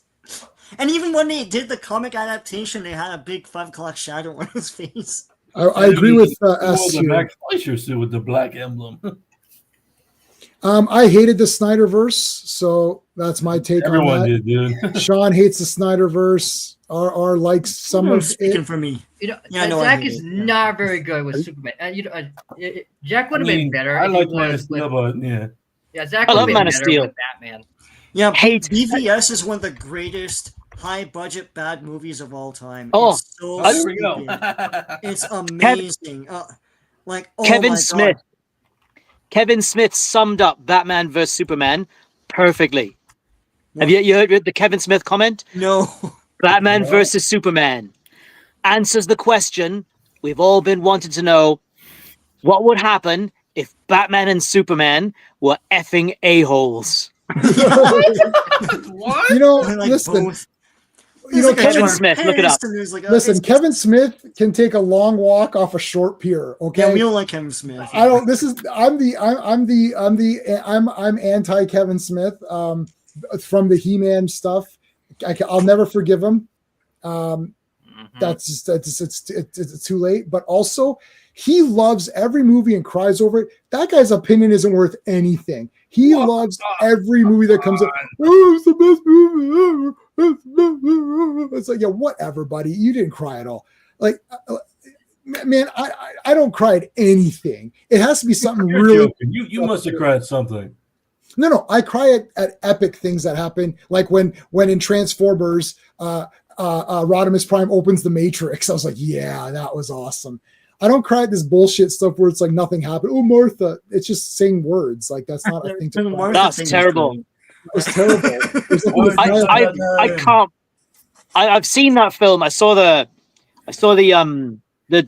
extended version in the transit lounge at Singapore airport because I was traveling overseas, and it was still bad. Like I remember seeing that film when it came out, and I was thinking, this has got to get good at some point, and it never did. I have to watch it again, but I'm pretty sure Batman throws a toilet at Superman. They No, fight it was a after pigeon. at one point. And then, like, he smashes his head. He smashes his head. He smashes his head into a toilet. But here's the thing. I remember seeing interviews. It's great. I mean, it's awful, but it's great, man. Here's the thing. I remember seeing interviews with Henry Cavill where he said he actually wanted to play the bright, hopeful, optimistic Superman we all wanted. Well, yeah, all the actors, and then they fired him. They never play him. Yeah. No, look. He said that right after Black Adam come out. Yeah, right after Black Adam come out. I just watched Brandon Routh in a Hallmark movie, and he was great. He was in a Hallmark movie, but I mean, what does that say about me? I don't know. What does it say? It says you can shit in my mouth. What? I think. Why are you watching Hallmark movie? Gee, I wonder if Sean's wife watched that. My wife is watching. Oh, wow, I figured that out. Yeah. My wife watches Hallmark movies. It's Christmas. It's like that's all they're watching. Yeah. I didn't even think about it, Belle. I didn't even think about it. Jesus. Is that's not double impact, is it? That is one of the. If what you meant to say is, was that one of the greatest films of all time in the history of cinema? Double impact. Then you are correct. That is what that was. If that's You what like Jean-Claude Van Damme? Boo. No, Jean. Oh, What? Oh. I'm more like a Arnold. I may be drunk. I may be drunk. Take your fancy clothes and your black silk underwear and go back to Disneyland. Sorry, go ahead, Art. I may be drunk. But I gotta edit this comment. Yeah, I may be drunk, but tomorrow I will be sober. But he will always be a Yeah, you can't say Rhymes that with- word anymore. You can't say that word anymore. word we can't say. Yeah. I saw that. I think I saw that for like $1. Because in Mississauga they used to have second run cinemas for like $1 on Sunday afternoons. I think I paid $1 to see that movie. Wow, that's a bargain. Well, I just watched Transformers 1 today again on 4K.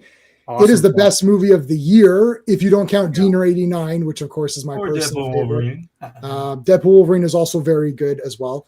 I also saw Sonic 3 and I like that. I did not see Sonic 3 yet. I didn't finish Sonic 2 or I don't know. I watch those movies. I'm like, this is kind of neat, and then I just don't care, and I just turn it off. For me, couldn't finish I watch it for Jim Carrey.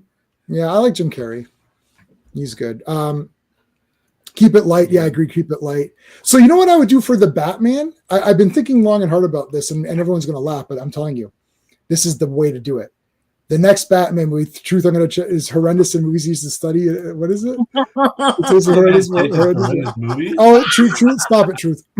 My taste in movies is immaculate. I'll tell you right now. No, my taste in movies is immaculate. No. Anyways, any of my movies Yours that has I entered the chat. yeah, any movies that I give the guarantee on, then you know that they're good. But I've lost my train of thought. Damn it! What was I going to say? I forgot. What you were going to do for the next Batman film? Oh, Batman film. Yes. Here's what the next Batman film is. Are you prepared? Are you mentally prepared? The villain is the Minstrel. First of all, the Minstrel. Who?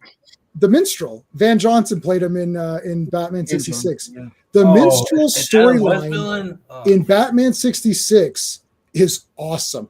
He starts off by not crashing the stock market. He manipulates all of the electronics so that some people lose everything and some people get it all.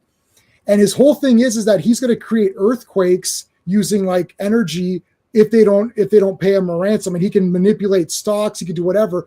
They could make him an electronic villain, and because he does play the music and stuff as well, and they could do a lot with that character because he takes over broadcasts, he interrupts things. It would be really cool as a different, make him a tech villain. And with this day and age, with everything being tech, he would really be powerful, because even in the 66 Batman, they couldn't do shit against him. He had bugging devices on the Batman, on Batman's guys. It was really difficult. Sean, I don't know when was the last time you watched the Minstrel one. Yeah, I saw it last time we talked about it. It's actually a very good story. You should send that script to James Gunn. Yeah, I should send that. That'd be awesome. Here we are. Matthew, Time Cop is an amazing film. This is who you're talking about? It's not better than Citizen Kane. I'll show the Minstrel. I'll show the Minstrel. Hold on. Yeah, I'll show you right here. Time Cop. And a beast. Yeah, I have the figure Buona Beast. He's great. He looks like a guy from medieval times. He has a banjo. Minstrel. He looks like a guy Hard from Target's medieval nothing to times. laugh at, though. Oh, Hard Target. That's the best Van Damme movie. That is a really enjoyable action film, Hard Target. Very well done. Yeah, and if you're referring to the greatest one of the greatest action films ever made and a masterpiece of cinema, Hard Target, then Yeah, they should make a film based on the Batman television series. they did. It's called Batman and Robin. Yeah, they did. And no one liked it. Yeah. Well said, Truth. No. Trust me, anything I would make would be awesome. Bloodsport is awesome too, Mark. Yep. Hey guys. So long as making money is not an option. What's next? What are your STCC, I'm confused. I'm as confused as you about what's going on with film production at DC. I have no idea what's happening. I thought they were making a new Batman in the continuity of this Superman. They're also making a new The Batman. And I don't. Is there a third one or something? And now they want to make a Joker show in the continuity of the Penguin show or something. I don't know. Yeah, don't think there'll be a Joker 3. No, they're doing Karate Kid Legends. That's right. I'll see that for sure. The trailer. Yeah, the trailer came out for the Karate Kid Legends. Yeah, Jackie Chan. Combining the Jackie Chan reboot and the original film with Rob Macho into one universe. Yeah. They They also don't know what Kung Fu and Karate are. It's like they're two different. So Sean, in the latest trailer, so what happened was after they made the Karate Kid and they realized they named it wrong, someone told them, because in the trailer they now say Kung Fu and Karate. They actually say Kung Fu. Yeah, they say both, but it's like they're two different things, man. They are different things. Yeah. Anyway, I bet people are calling for a Jaden Smith cameo. Listen, it's all the same, right? All the Asians are the same, so it's all fine. Right? I guess so. In the United States, yeah. Who's in the Hollywood? In Hollywood, I'll say in Hollywood. Careful. No, that TMNT movie was the worst. Yeah, TMNT. They're watching Shaw Brothers kung fu movies and they learn ninjutsu, and then I'm like, it's two different countries, guys. Logan, you know that's not ninjutsu, right? Countries. He didn't know, and everyone thought that Ninja Turtle movies it was okay. What are you talking about? They didn't learn ninjutsu, so they're not ninja. They're not ninja in the Ninja Turtles. What are they then? They're kung fu. There's only one good Ninja Turtle movie. It's 1990. That's the only good one. That's a masterpiece. That's really good. I have one question. Logan. Hold on. Logan wants it. Go ahead, Logan. On the trailer, on the teaser, what are your pros and cons so far? I guess I can go first. From the teaser. Okay, Andrew, go ahead. What's your pros and cons? My pros is so far. I like they're going back to the roots of Superman with Clark being and Superman being two different people. I like seeing all the classic characters like Lois, Jimmy Olsen. I like showing an established universe like Guy Gardner and Hawkgirl. I think Nicholas Hoult could be a pretty intimidating Lex. I think the suit looks good. The electronic rift of the John Williams theme was great. And seeing Krypto. I don't think I have any cons. You have to have some cons. Yeah, that's like no cons is like shill alert. So like there has to be some. Good on you, sir. Okay, go ahead, Joe Dog. What's your pros and cons? Okay, so my pros is I love that Superman is going out here and rescuing people and just fighting against Lex Luthor, and then Superman just line up with a symbol of hope. That is probably my pros. The cons is again, I freaking hate the costume. I don't like the Kingdom S, nor the color, nor the lines, But it's or bright and colorful. nor the What the haircut. hell? Okay, and then the actor who plays Clark Kent, he looks really young. He looks too young. He should be like older. This isn't young Superman, dude. He's just getting started, like Pattinson's Batman. Well, Pattinson's Batman, who's just getting started, but doesn't realize that climbing from the roof is better than knocking on the door. Continue. Okay, Jordan, continue. Okay, don't start. And then Guy Gardner's suit looks freaking Garbage. horrible. Isn't that what his suit looks like? I wanted a comic book accurate costume from the comics because I really loved him in Justice League International with Batman, Martin Manhunter, and Black Canary, all that good shit. So Okay. probably my pros and cons. R, what's your pros and cons? Well, it's easy to list the cons. So it wasn't, I mean, it's almost like you need positive minus interesting, right? So there's that not sure whether it's a pro or a con. And the positives, I think, like Cliff's rationale for why we see Superman beat up at the start makes a lot of sense. Yes, when you think about it. Of America. Yeah, makes a lot of sense. So when I think about the trailer in that way, it works a lot better. I'm just going to go with cons because there's lots of things I like about it. The suit, not 100% sold on, but I do like the color scheme. Yeah. Right. I think my main problem is too many characters. I don't think the first Superman movie needs Metamorpho, Guy Gardner, Mr. Terrific, Hawk Girl, the Engineer. You know, you don't. You need Superman, Lex Luthor, Lois Lane, and one physical threat. Right? That's what you need. You know, you need 4 primary characters.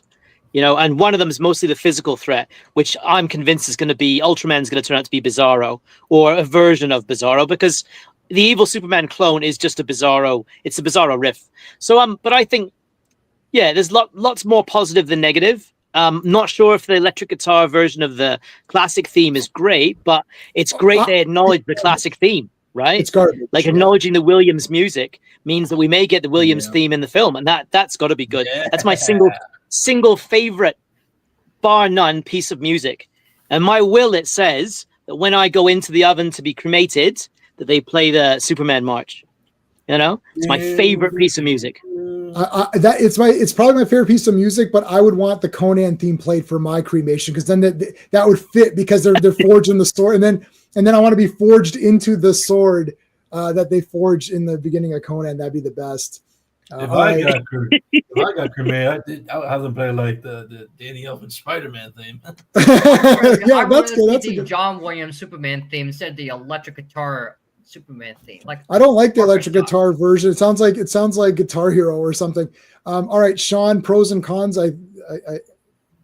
We have the same pros and cons, so you can just list them. I don't know. Do we? I like that Krypto's in it. I like I'm trying to think. I like Lois in it. I like the distinction between Clark Kent and Superman. Yeah, so far, we don't really see a lot of it. I don't think that Clark Kent's too overly dorky. I think he's just, a fun, lovable dude. I like the look of Lex Luthor. Nicholas Hoult, is that the guy? He's a good actor. Yeah. He's really good. I remember him from Skins, which was a show on BBC a long time ago, or ITV or something like that. Yeah. For the cons, maybe I'll think of some more pros along the way. But for the cons, I think the color grading can be boosted up a bit more to be more natural, so that we see a lot of what we saw of Superman first was from on-set pics. And his costume here seems darker than it was from those, and I like that's Snyder dark. That's for I like the natural look of it in those set pics. I don't like there being so many characters. I'm nervous about that. I want there to be more. They really teased what the main threat's gonna be, so I don't really know, and I'm kind of nervous about that. And I really don't like their treatment of the John Williams music. I love the John Williams song, but if you're going to do it, do it. Don't do a weird guitar riff that does like one bar of the song and doesn't do the rest of it. It's so weird to me. Do your own theme if you want. I'm fine with that. I do love the Superman theme from the original, but like, do your own thing. And if you're gonna do the John Williams thing, do the orchestral John Williams thing. Don't do this do the weird proper ass thing, man. My overall con with this is I felt the overall trailer was downbeat and downtrodden, and Downbeat? I mean, I don't know why everyone thinks it's not. It's like I know, I'm so stunned. Yeah, the whole thing. It's like I don't get and the ominous music and all that stuff. It's so weird. I think they're going for a Rocky-ish thing because they had the chanting Superman. It's very faint. So I'm hoping with the next trailer, there's more of that hopeful, like, surmounting odds and things like this. Right. So yeah, I don't know. I can't get a read on this movie from this teaser, and I think that's the failure of this teaser for me. All right. Oh wow. All right, Philip, man. Wow, thank you so much for the $50. I really appreciate it. Holy crap. Man, Sean, and you Secret Squares, Chatters can't stay. That's okay. One more work day tomorrow before Xmas. Just wants great to see you doing okay, my friend. Thank you. Happy holidays, everybody. Thank you so much. That's really awesome. Yeah, I'm doing good. I was I got into surgery right away and I was good. Like, I mean, within 90 minutes they fixed me up. So I'm totally good. I didn't show this to everybody. I'm glad you're feeling much. I'm glad you're feeling better. This is all. You see this dot under after my Superman tattoo? That dot, that is it. That's where they put.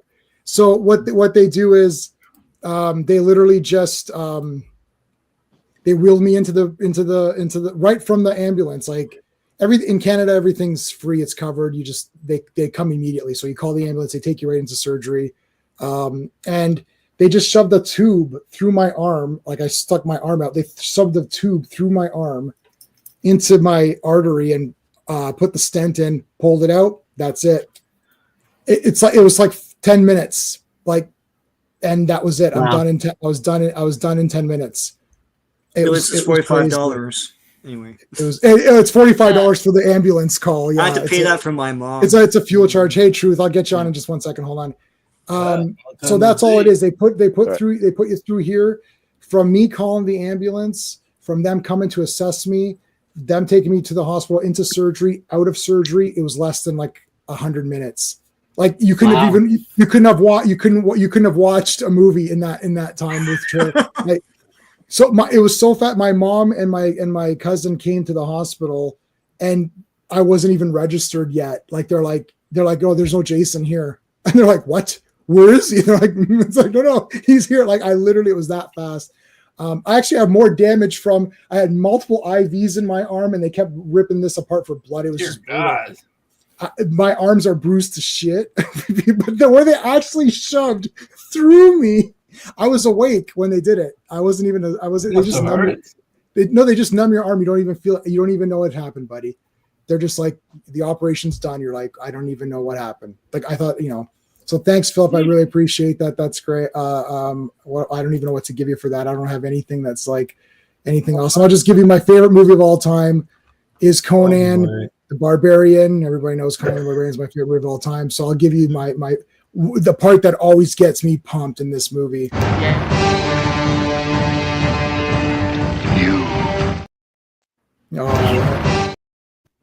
I love my man Arnold. Thank you. All right, Truth is here. So Truth, former Snyder First pro activist. What happened? Truth, you came to my side. You came to my side, but now you're against me. What happened? Wait, hold on. First of all, I still love the Snyderverse. I just love to troll the Snyderverse cult members. That's what I love to do. I love to make them mad. They always get pissed off. It's so fun. It's so easy. It's so enjoyable. Now I know why you do it, Jay, man. Now I get it. Now I understand your side. So it's all. I love it. Look, listen, I bought all this shit. I bought the 4K trash movie of Justice League. I bought the shitty Man of Steel Blu-ray. Trash movie. You stop that. You stop that right now. I got the 4-hour 4K. If you put it in, it kills your TV. Like your TV like goes to sleep. It's like, stop watching this. It's just like the screensaver comes on because nothing happens. So the screensaver comes on. It's like nothing's happening. All right, so money well spent. I had the same effect watching Wonder Woman 84. I'm watching this. I'm like, why do I feel depressed all the time watching this? Oh my God. Please break this shit. I can't do it. I'm sorry, I can't. All right, so the trailer looks so what do you? I don't know if you heard from the beginning. I don't have that many. I have issues with the trailer. I don't hate it or anything, but I wish they would have started with a stronger image to start with, and then have the, oh my God, he's taking damage, and how is he going to defeat this thing? And then Krypto comes in at the end. I think it would have just re-edited it a bit better so that it starts more exciting and him as a stronger character, and then maybe it gets to where he's damaged. That's my opinion on it. Mm-hmm. Mm-hmm. I mean, for me, I think starting with Superman already showing his ass getting beat, I think that's pretty much a strong image right away, because it gets people talking and it gets people intrigued. Like, how did this happen? What happened to Superman? Superman is bleeding. Yeah. What's going on? So you already have people's curiosity and wanting to engage with this trailer, and then you start with the hero worship. Like, oh my God, this is Superman. Look at all the cool stuff he's doing. I thought first of all, that was like a really bold decision made by James Gunn. It's like, listen, because James Gunn, who's like light and fluffy, like, hey, we're having a good time. We put on the soundtrack, the 70s soundtrack. It's gonna be awesome. So I was expecting that, but the fact that James Gunn is like, well, we're gonna have that, but let's start this way first. I thought that was pretty cool for me personally, because again, the biggest complaint everyone has about Superman is he's too powerful. I can't relate to this character. Like he's boring. So the fact that you start out with this, for those people, I think those people they were instantly intrigued by what they saw. So I think that's why James Gunn did it. That's what I said. That reason. Yeah, I think it's tough because like you're talking. I mean, and you know this, and Sean, like you're talking to at least Sean and I for sure. Since Rebirth, for sure, I've not missed 1 week, but that was 2016. But prior to that, New 52, I skipped many of the issues because it wasn't for me. But prior to that, I have a shit ton of Superman stuff and Wonder Woman. And basically, I've not missed a Superman comic since 2016, and I go every week. I was going to go the week I had the heart attack. The first call I made from coming back after a heart attack was my comic shop. I was like, make sure you're holding the Superman comics for everybody. You're like, we got him for you, Jay. Don't worry, we got him. That was the first call I made when I came back from the hospital. And then I called my friends and family. But like, and I'm actually dead serious. I actually called the comic shop first. Anyways, so it's like, there's what I want, and then there's what's best for the movie, right? So it might not align. I still feel that if you started strong, because it's only still a minute, you could still show the things you're showing. Because if you start in the first, it's like, oh, he's overpowered. And then you say, oh, he's not that overpowered because he just got damaged. What's going on? I think you achieved the same thing. We have to see. James Gunn made a choice. He went with this. It is what it is. We'll have to see what the second trailer looks like and go from there. My pros are everyone looks good. I don't mind. Like the actors are all good to me. I don't like the suit at all. I don't like the colors still seem muted to me. I don't know why. I don't like the S. I don't like the collar. Is it better than? Do I like it better than Snyderverse? Cavill. Well, Cavill. I don't. Well, the colors are better. Everything is better, but the formation is too baggy. If it was form fitting, I would. If it was the exact costume we have right now, but form fitting, I would be less nervous. It looks too baggy to me, but we'll have to see how it plays in when you got to see it in the theater. I'll see it in IMAX. And we'll see maybe David Corson is still. You forgot he did work out. He did work out. I mean, he's a pretty muscular guy. I trust him as an actor for Superman for sure. Yeah. Oh no. I've got no problems with the actors that are chosen. I didn't really have any problems with the actors chosen in the Snyderverse either, though. There's a suit. Lex Luthor looks good. Yeah. Lots of okay. So the nerd J man doesn't care if there's lots of characters in it, because in my eyes, Superman is my favorite character and he's the best. He will never be. Yeah, Yeah. he won't be overshadowed in this movie. I'm pretty sure he won't be. Filmmaker, J-Man, who took film courses with Sean in university and is nervous about I'm nervous because I'm like, are people going to be like, well, clearly, Mr. Terrific's the best character, like Superman's whatever. Like, I don't want there to be an excuse to not like Superman. I'm going to like Superman no matter what. Yeah. So I'm okay. Like if they have a shit ton of characters, I'd be like, oh man, there's all these characters. That's cool. So the nerd in me is like, yeah, there's all these cool characters. But then filmmakers like, well, is this going to take away from Superman? So we'll have to see. I don't know. James Gunn, he's handled many characters before in Guardians, so I don't think he's going to make Superman look goofy. I don't think that's going to happen. Yeah, Logan wanted to say something. I'm sorry, Logan. Go ahead, Logan. Yeah. Go ahead, Logan. I know somewhat about I know some things about Superman's character, but if anyone here knows a lot more than me, Superman holds back a lot sometimes, right? For all the time. Because he's so strong, because he's so powerful. Do you think we'll get that version of him in the film where he's like so powerful that he kind of holds back a bit? Yeah, think of it this way. You know what I'm saying? Like he is so strong. Really. If he goes to open a door, he can crush it. He can crush the handle. Like maybe he can rip the door off. I mean, like anything that he does. So he has to constantly be aware of himself. Superman he's a very relatable character. These people in this whole because he's always self-conscious, no matter what, and we all are. We're self-conscious right now on YouTube. Even when we log off and we're at home, maybe when we're in bed alone, we're ourselves. Otherwise, we're always projecting something, and he has to be doubly careful, triply careful, because he could accidentally do something and hurt somebody. And if you're watching The Terrifier, and then you get scared and you jump, you're like, okay, big deal. If he jumps, he could break the seat in front of him. He could jump through the roof. Like he always has to be on. He is the full out. He's an outsider that grew up within, but no matter what, there's always a little bit of like, well, maybe I'm not here. So whatever insecurities we have as people, he has them. He is the most relatable character, in my opinion, because of all of these problems that he deals with. He has all of our problems plus his problems. I mean, I don't know. I don't see in this overpowered stuff. It's all a bunch of nonsense. It's people they can't unlock their imagination. Everyone loves Incredible Goku is I've watched all of Dragon Ball, read it all. Like spirit bombs destroy planets, man. They're like, what are you talking about? It's an excuse. It's an excuse. Hulk literally smashes everything. This is nonsense. Hulk. And then they say, oh, he's a Boy Scout. Oh, is Captain America not a Boy Scout? I'm sorry. Does Captain America? Why doesn't Captain America walk around with a gun? He's a soldier, isn't he? Why doesn't he walk around with firearms? It's like because he doesn't need them. He doesn't use them. Like in World War II, he used them, but not when he's Captain America in the normal continuity of Avengers, right? So in the modern times. In the modern times, he doesn't need them. It's like this overpowered Boy Scouts. Like frick off. Like really, get an imagination here. All right, Logan, what were you gonna say?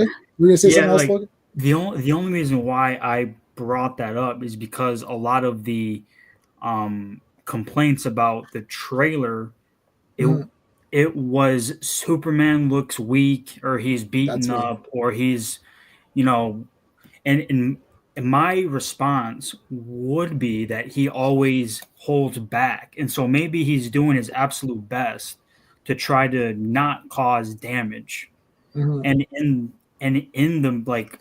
During that whole time, he's taken more than he's putting out. Yeah, right.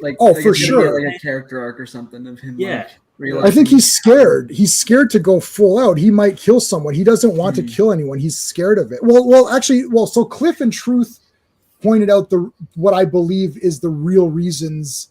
The behind the scenes reason of James Gunn thinking, okay, how are we going to, because you're sitting down to do a trailer. So I've edited films. Sean has edited where Sean and I, we've written like books and stuff. So you sit there, you're like, okay, I've got to pick scenes to make a trailer. It's 1 minute. Okay, what am I going to pick? So someone's got to pick this and put music to it. So he's thinking, how am I going to show this character? And he probably thought, like what Truth and Cliff were saying earlier, you know what? A lot of people keep complaining, oh, he's overpowered. It's not interesting. It's going to be boring. It's just going to be him beating the crap out of everybody. Let's start off by showing that he's vulnerable immediately and that his little cute dog has to come and save him because everyone likes dogs. So I think that's what he's thinking in his head. I can understand that, but not agree with it. And I could still say you could show those scenes later. I just don't like the very, very first image of the first thing we see of the new Superman being bloody. I'm just like, oh. I have to say too, like the thing is, Superman. I think when people think of Superman, they're still thinking of pre-Crisis Superman, even if they don't know what Crisis is. You're right. Because the thing is, after Crisis was a whole thing where they rebooted the DC universe in 1986, and when they did that, Superman was not the overpowered Superman that people know in their head. He can't move a planet and all that stuff, and that sort of Superman hasn't really been depicted that much in media. The Superman the animated series in the 1990s did do that. They had the post-Crisis Superman. Yes. And he always got his ass kicked. And that was a complaint of people who were longtime Superman fans back then. I think it's that Superman that you're going to see in this movie. I He's agree. superhumanly strong compared to the other heroes, but he's not OP Superman from like the 1950s, like moving moons and stuff, right? I mean, here's the thing. He still gets ass kicked by someone who's equivalent, right? I mean, here's the thing. In the original Superman comics, he just only leaped tall buildings. He couldn't fly. They got rid of that. That's golden age. They pretty much got rid of that relatively quickly. Like, yeah, it's the Fleischer cartoons that made him fly first, and then they did it in the comics. Yeah, So, and the radio show. Well, you guys should listen to the first episode of the radio show. I think you'll be quite stunned because he walks right off the ship and he's Superman. He just walks off and he's Superman. There's no Kents. There's nothing. It's just like I'm Superman. And he sees the name Kent. He's like, oh, I'll call myself Clark Kent. And that's it. Clark Kent. That's the origin. There's nothing. There's no Pa Kent. The heart attack and with all those powers, I couldn't save him. There's nothing. He's just like I'm Superman. That's it. Immediately. Usually, it's free on YouTube. And it's very interesting to go when you have a character that's been around for so many years. The way that the character is morphed to adjust to the way that people of that time use that character, it's really neat, especially with Superman, who's not defined at all. Like Action Comics 1, and he's like destroying shit. You know that car where he's destroying that car? That's not like a bad guy. That's like he's like this guy. Like this guy's kind of a jerk, and he's destroying the car. It's literally Man of Steel where he destroyed. There's Superman. Yeah, it's the big. And that was considered heroic. That's a nice cover. That's the real one, isn't it? That's the real one. He's ripping in half on screen. There goes $1 million. That's the real Superman one. Skeptic. Okay, hold on. Skeptic came in. We didn't let him get a talk, and I got to go in 5 minutes. I have to actually go. I got to go to work tomorrow, so I need my rest. Yeah. Go ahead. You guys probably already talked about it, but what do you think of a little Krypto in the movie? Oh, I like it. I like it. He's the wrong dog, but I don't really care about dogs, but so I'm okay with it. As long as it's the right color, I don't care. Like whatever. Oh, careful! Right color and gender. Be careful, Skeptic. Oh no! They swap the dog, make it a black, make it a black girl dog or something. Kryptonia. No, but like Kryptina. I'm happy to see Krypto. I feel like maybe they should have held off for like a sequel to have. No, I'm not sure bring him in. Bring them all in. Bring the cats. I'm happy to see Krypto. But my dad thinks it's fucking silly. He's like, oh, I'm gonna beat your dad up. He's like, oh, they're just having Krypto for the kids. Like they're making a kids movie because of it is for kids. Yeah, Second, 55-year-old kids. Right? Like, yeah. Well, I know that. He's for 12-year-old kids and 55-year-old kids. He's for both. Well, he loves the Snyder movies, so he likes the dark, edgy shit. You know. Like, the problem is that if you only have that as an option, I have two nieces and nephews, two sets, my wife's side and my side. Two of them are one group is 15 and 17, and the other group is 6. They're both 6, they're twins. The 6-year-old's favorite, Spider-Man. You know why? Spidey and his amazing friends, not Spider-Man and his amazing friends, not the Firestorm, the little cutesy, because they watch that like children. They're like they're little kids, right? So they watch that, so they love Spider-Man. And then as they grow older, they can watch the movies, they can grow up with Spider-Man and have different options. They can watch Little Kitties Spider-Man cartoons. They can watch better. They can watch Tobey Maguire. Well, we grew up on Super Friends. Super Friends, which is very cheesy. I mean, here's the thing with me. From there, you age out into the comics and so on. Right. So you watch Super Friends, which is very cheesy. That's for little kids. Then you read the comics because that's a little bit older. Then when you got older, you could watch Christopher Reeve films. Right. Then you got older, and you can watch Lois and Clark if you want. Like I knew a lot of people at my office that loved Lois and Clark who were women, middle-aged women, because they liked sort of the romance part of it, right? So that show, Superman Lois, I like that show. Actually, I've been watching it a lot. Well, people liked it, and then people like Smallville, even though those two shows really aren't really my cup of tea exactly. But you don't like actually, Smallville? my hot take. I like the Lois Lane's. I like the Smallville's Lois Lane. I think she's hot. Listen, everyone. Erica Durance. Yeah, of course. Yeah, she was great. Yeah, he still should have gone for Lana though. Yeah, they're both good. That doesn't change. That would have been that's a tough choice. If I put that poll up, that'd be really tough. That'd be a tough choice. Oh, don't do that. That'd be a bidding war. I feel like Lois Lane would win just because she's Kristen Kroik, I think. Oh, she's. What about did anyone Lana from the Superboy show? Oh yeah. Oh yeah. Oh, she was like for Sean and I, that was like the gold standard. We're like, oh my god, this is like our like literally everybody. I remember when Superboy came on TV, everyone's like, yeah, Superboy's the best. Like, oh yeah, Lana was the best. Yeah. In fact, I just noticed something funny. Isn't it funny that like every live action Lex Luthor except for Smallville never has the bald head? Well, he's got the bald head. The first one was James Hackman had a bald head. Yeah, Hackman had a bald head. No, he had a wig for most of his movies. Yeah, he had a wig because he was ashamed of being bald or whatever. But I'm just wondering if my dad thinks that I don't know, he doesn't want lighthearted Superman, which I'm like, what? If you don't want lighthearted Superman, then you don't want Superman. He is lighthearted. Well, is that who it was? Stacey Hydeck. Oh wow. Yeah. She was Lana. Well, she's older now, obviously, but. Oh, that was Gerard Christopher. I don't know how old she is. Yeah, she still looks good. Superboy episode recently where he was traveling the multiverse. Oh my god! Oh, the new cartoon or whatever of Superman. Oh wow! That new cartoon looks awful. But Crisis is awful. It's terrible. I disagree. I like it. Well, that's fair, but it looks like Mr. Mistleplick or whatever is trans or something. Okay, sure, the designs are weird, but it still keeps the spirit of the character.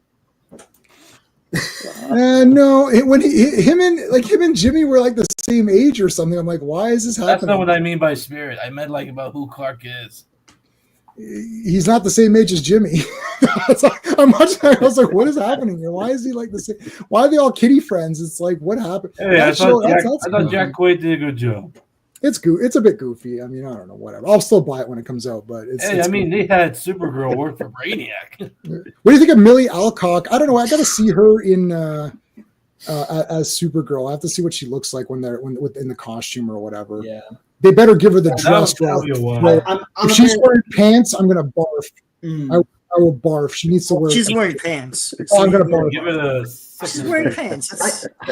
I used to be more hopeful for this movie, but I'm kind of iffy because the more I hear about it, the more bloated it sounds. I hear Gorilla Grodd is in the movie. Maybe, hopefully, just a freaking cameo. But it's a cameo, dude. I just hope it's not too bloated. Here's the thing. James Gunn, heard this. He specifically said the movie is about Clark, Lois, and Lex. Good. He specifically said that. I don't doubt that there's going to be another villain. No, I heard Ultraman or something. Well, it's going to be smooth. What do you think? What do you think about what we were talking about earlier about the Elite? How they're basically the Mr. Terrific's guys are going to be sort of a kind of insert Elite characters because to show that they're doing things a different way and that Superman's going to have to do it the right way. And then you think what's going to happen? That seems like what's going to happen. I was excited to see Lobo or something or hold on a second. I heard Mr. Terrific, Hawkgirl, and Green Lantern. I heard they're working for Maxwell Lord, which is why that's why their costumes look weird. Similar. So it's almost like court yeah, it's almost like the corporate Justice League, and Right. they do things their way. And Superman is supposed to be the one that's like, no, this is how you hero, and we're gonna look up to Superman because this is the way that you do it. So I feel like by the end of the film, I think Mr. Terrific, Hawkgirl, and Green Lantern, they'll be like, okay, we've been doing it wrong. Let's probably listen to this young kid on the block and step away. And that's where Maxwell Lord will become like the villain for future films. Right. I don't think it's gonna be Superman the Elite. I think it's gonna be Superman versus the Authority. Since the engineer is going to be in this film. Yeah, engineers so there. Yeah. So I think that's So I think that's going to be the next setup. For the you can't do a faithful version of the Authority, given how they behave and the themes they deal with in a Superman film. It is a very strange pairing. I mean, the Authority. I mean, I'm sure we've all read the early Authority comics. Like that's a very different. It's a much darker.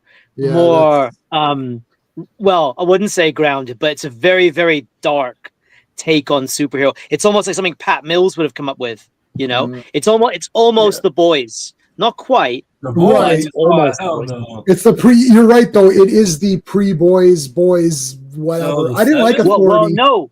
Martial Law is the pre-boys boys. Martial Law, 1987. Awesome. But besides this top row, I don't think anyone knows what that is. Or maybe Joe Dog knows martial law. Were you on martial law? If you don't, I love Marvin Martian. Oh, but I was gonna ask you, J-Man. Yeah. Have you read the issue of the World's Finest 205? No, because we didn't get to any of those on our streams for that. No, I've not read. Like you're talking about Volume 1, World's Finest. Yeah, the Volume 1, the World's Finest with the Teen Titans. That was really a good issue. I know. Yeah, I haven't read very many Teen Titans things. Surge is here. How's it going? Thanks for coming in. I haven't been to a movie theater since 1916. Yes, the movie. Oh, 1916, the movie. Was that 1917? Was that 1917? They haven't been to the movies in like 100 years. I think it was 1917 was the I'm name like of that 100 movie, years right? old, please. Well, that movie is awesome. Just as a side note, that is a damn fine. It was 1970, dude. You know why I knew that? Because I have it on my I have it on my as a digital movie as well. And I just scrolled by when I scroll by, I always see it because when you go through your YouTube movies, you can see it in order. So 1917 is always at the top. That's okay. I got you covered, buddy. All right, guys, I gotta go. This was great. This is a lot of fun. Okay. I'll be back tomorrow with my proper Legion stream. So thanks everybody. Thanks to for everybody who joined us. Man, that was great to have you back on. And we're on the same page for once. Ish. We're kind of on the same page. Better, man. Thank you. Yeah. Thank you. Get better soon, J-Man. Yeah, we're good. All right, everybody. Thanks, man. We'll see you guys. Bye-bye. Thanks. Nice to see you all. Have a great Christmas, guys. Hey, friends, you've just been listening to J-Man, and he is the smartest person who ever lived. So make sure you like and subscribe. Hey, friends, you've just been listening.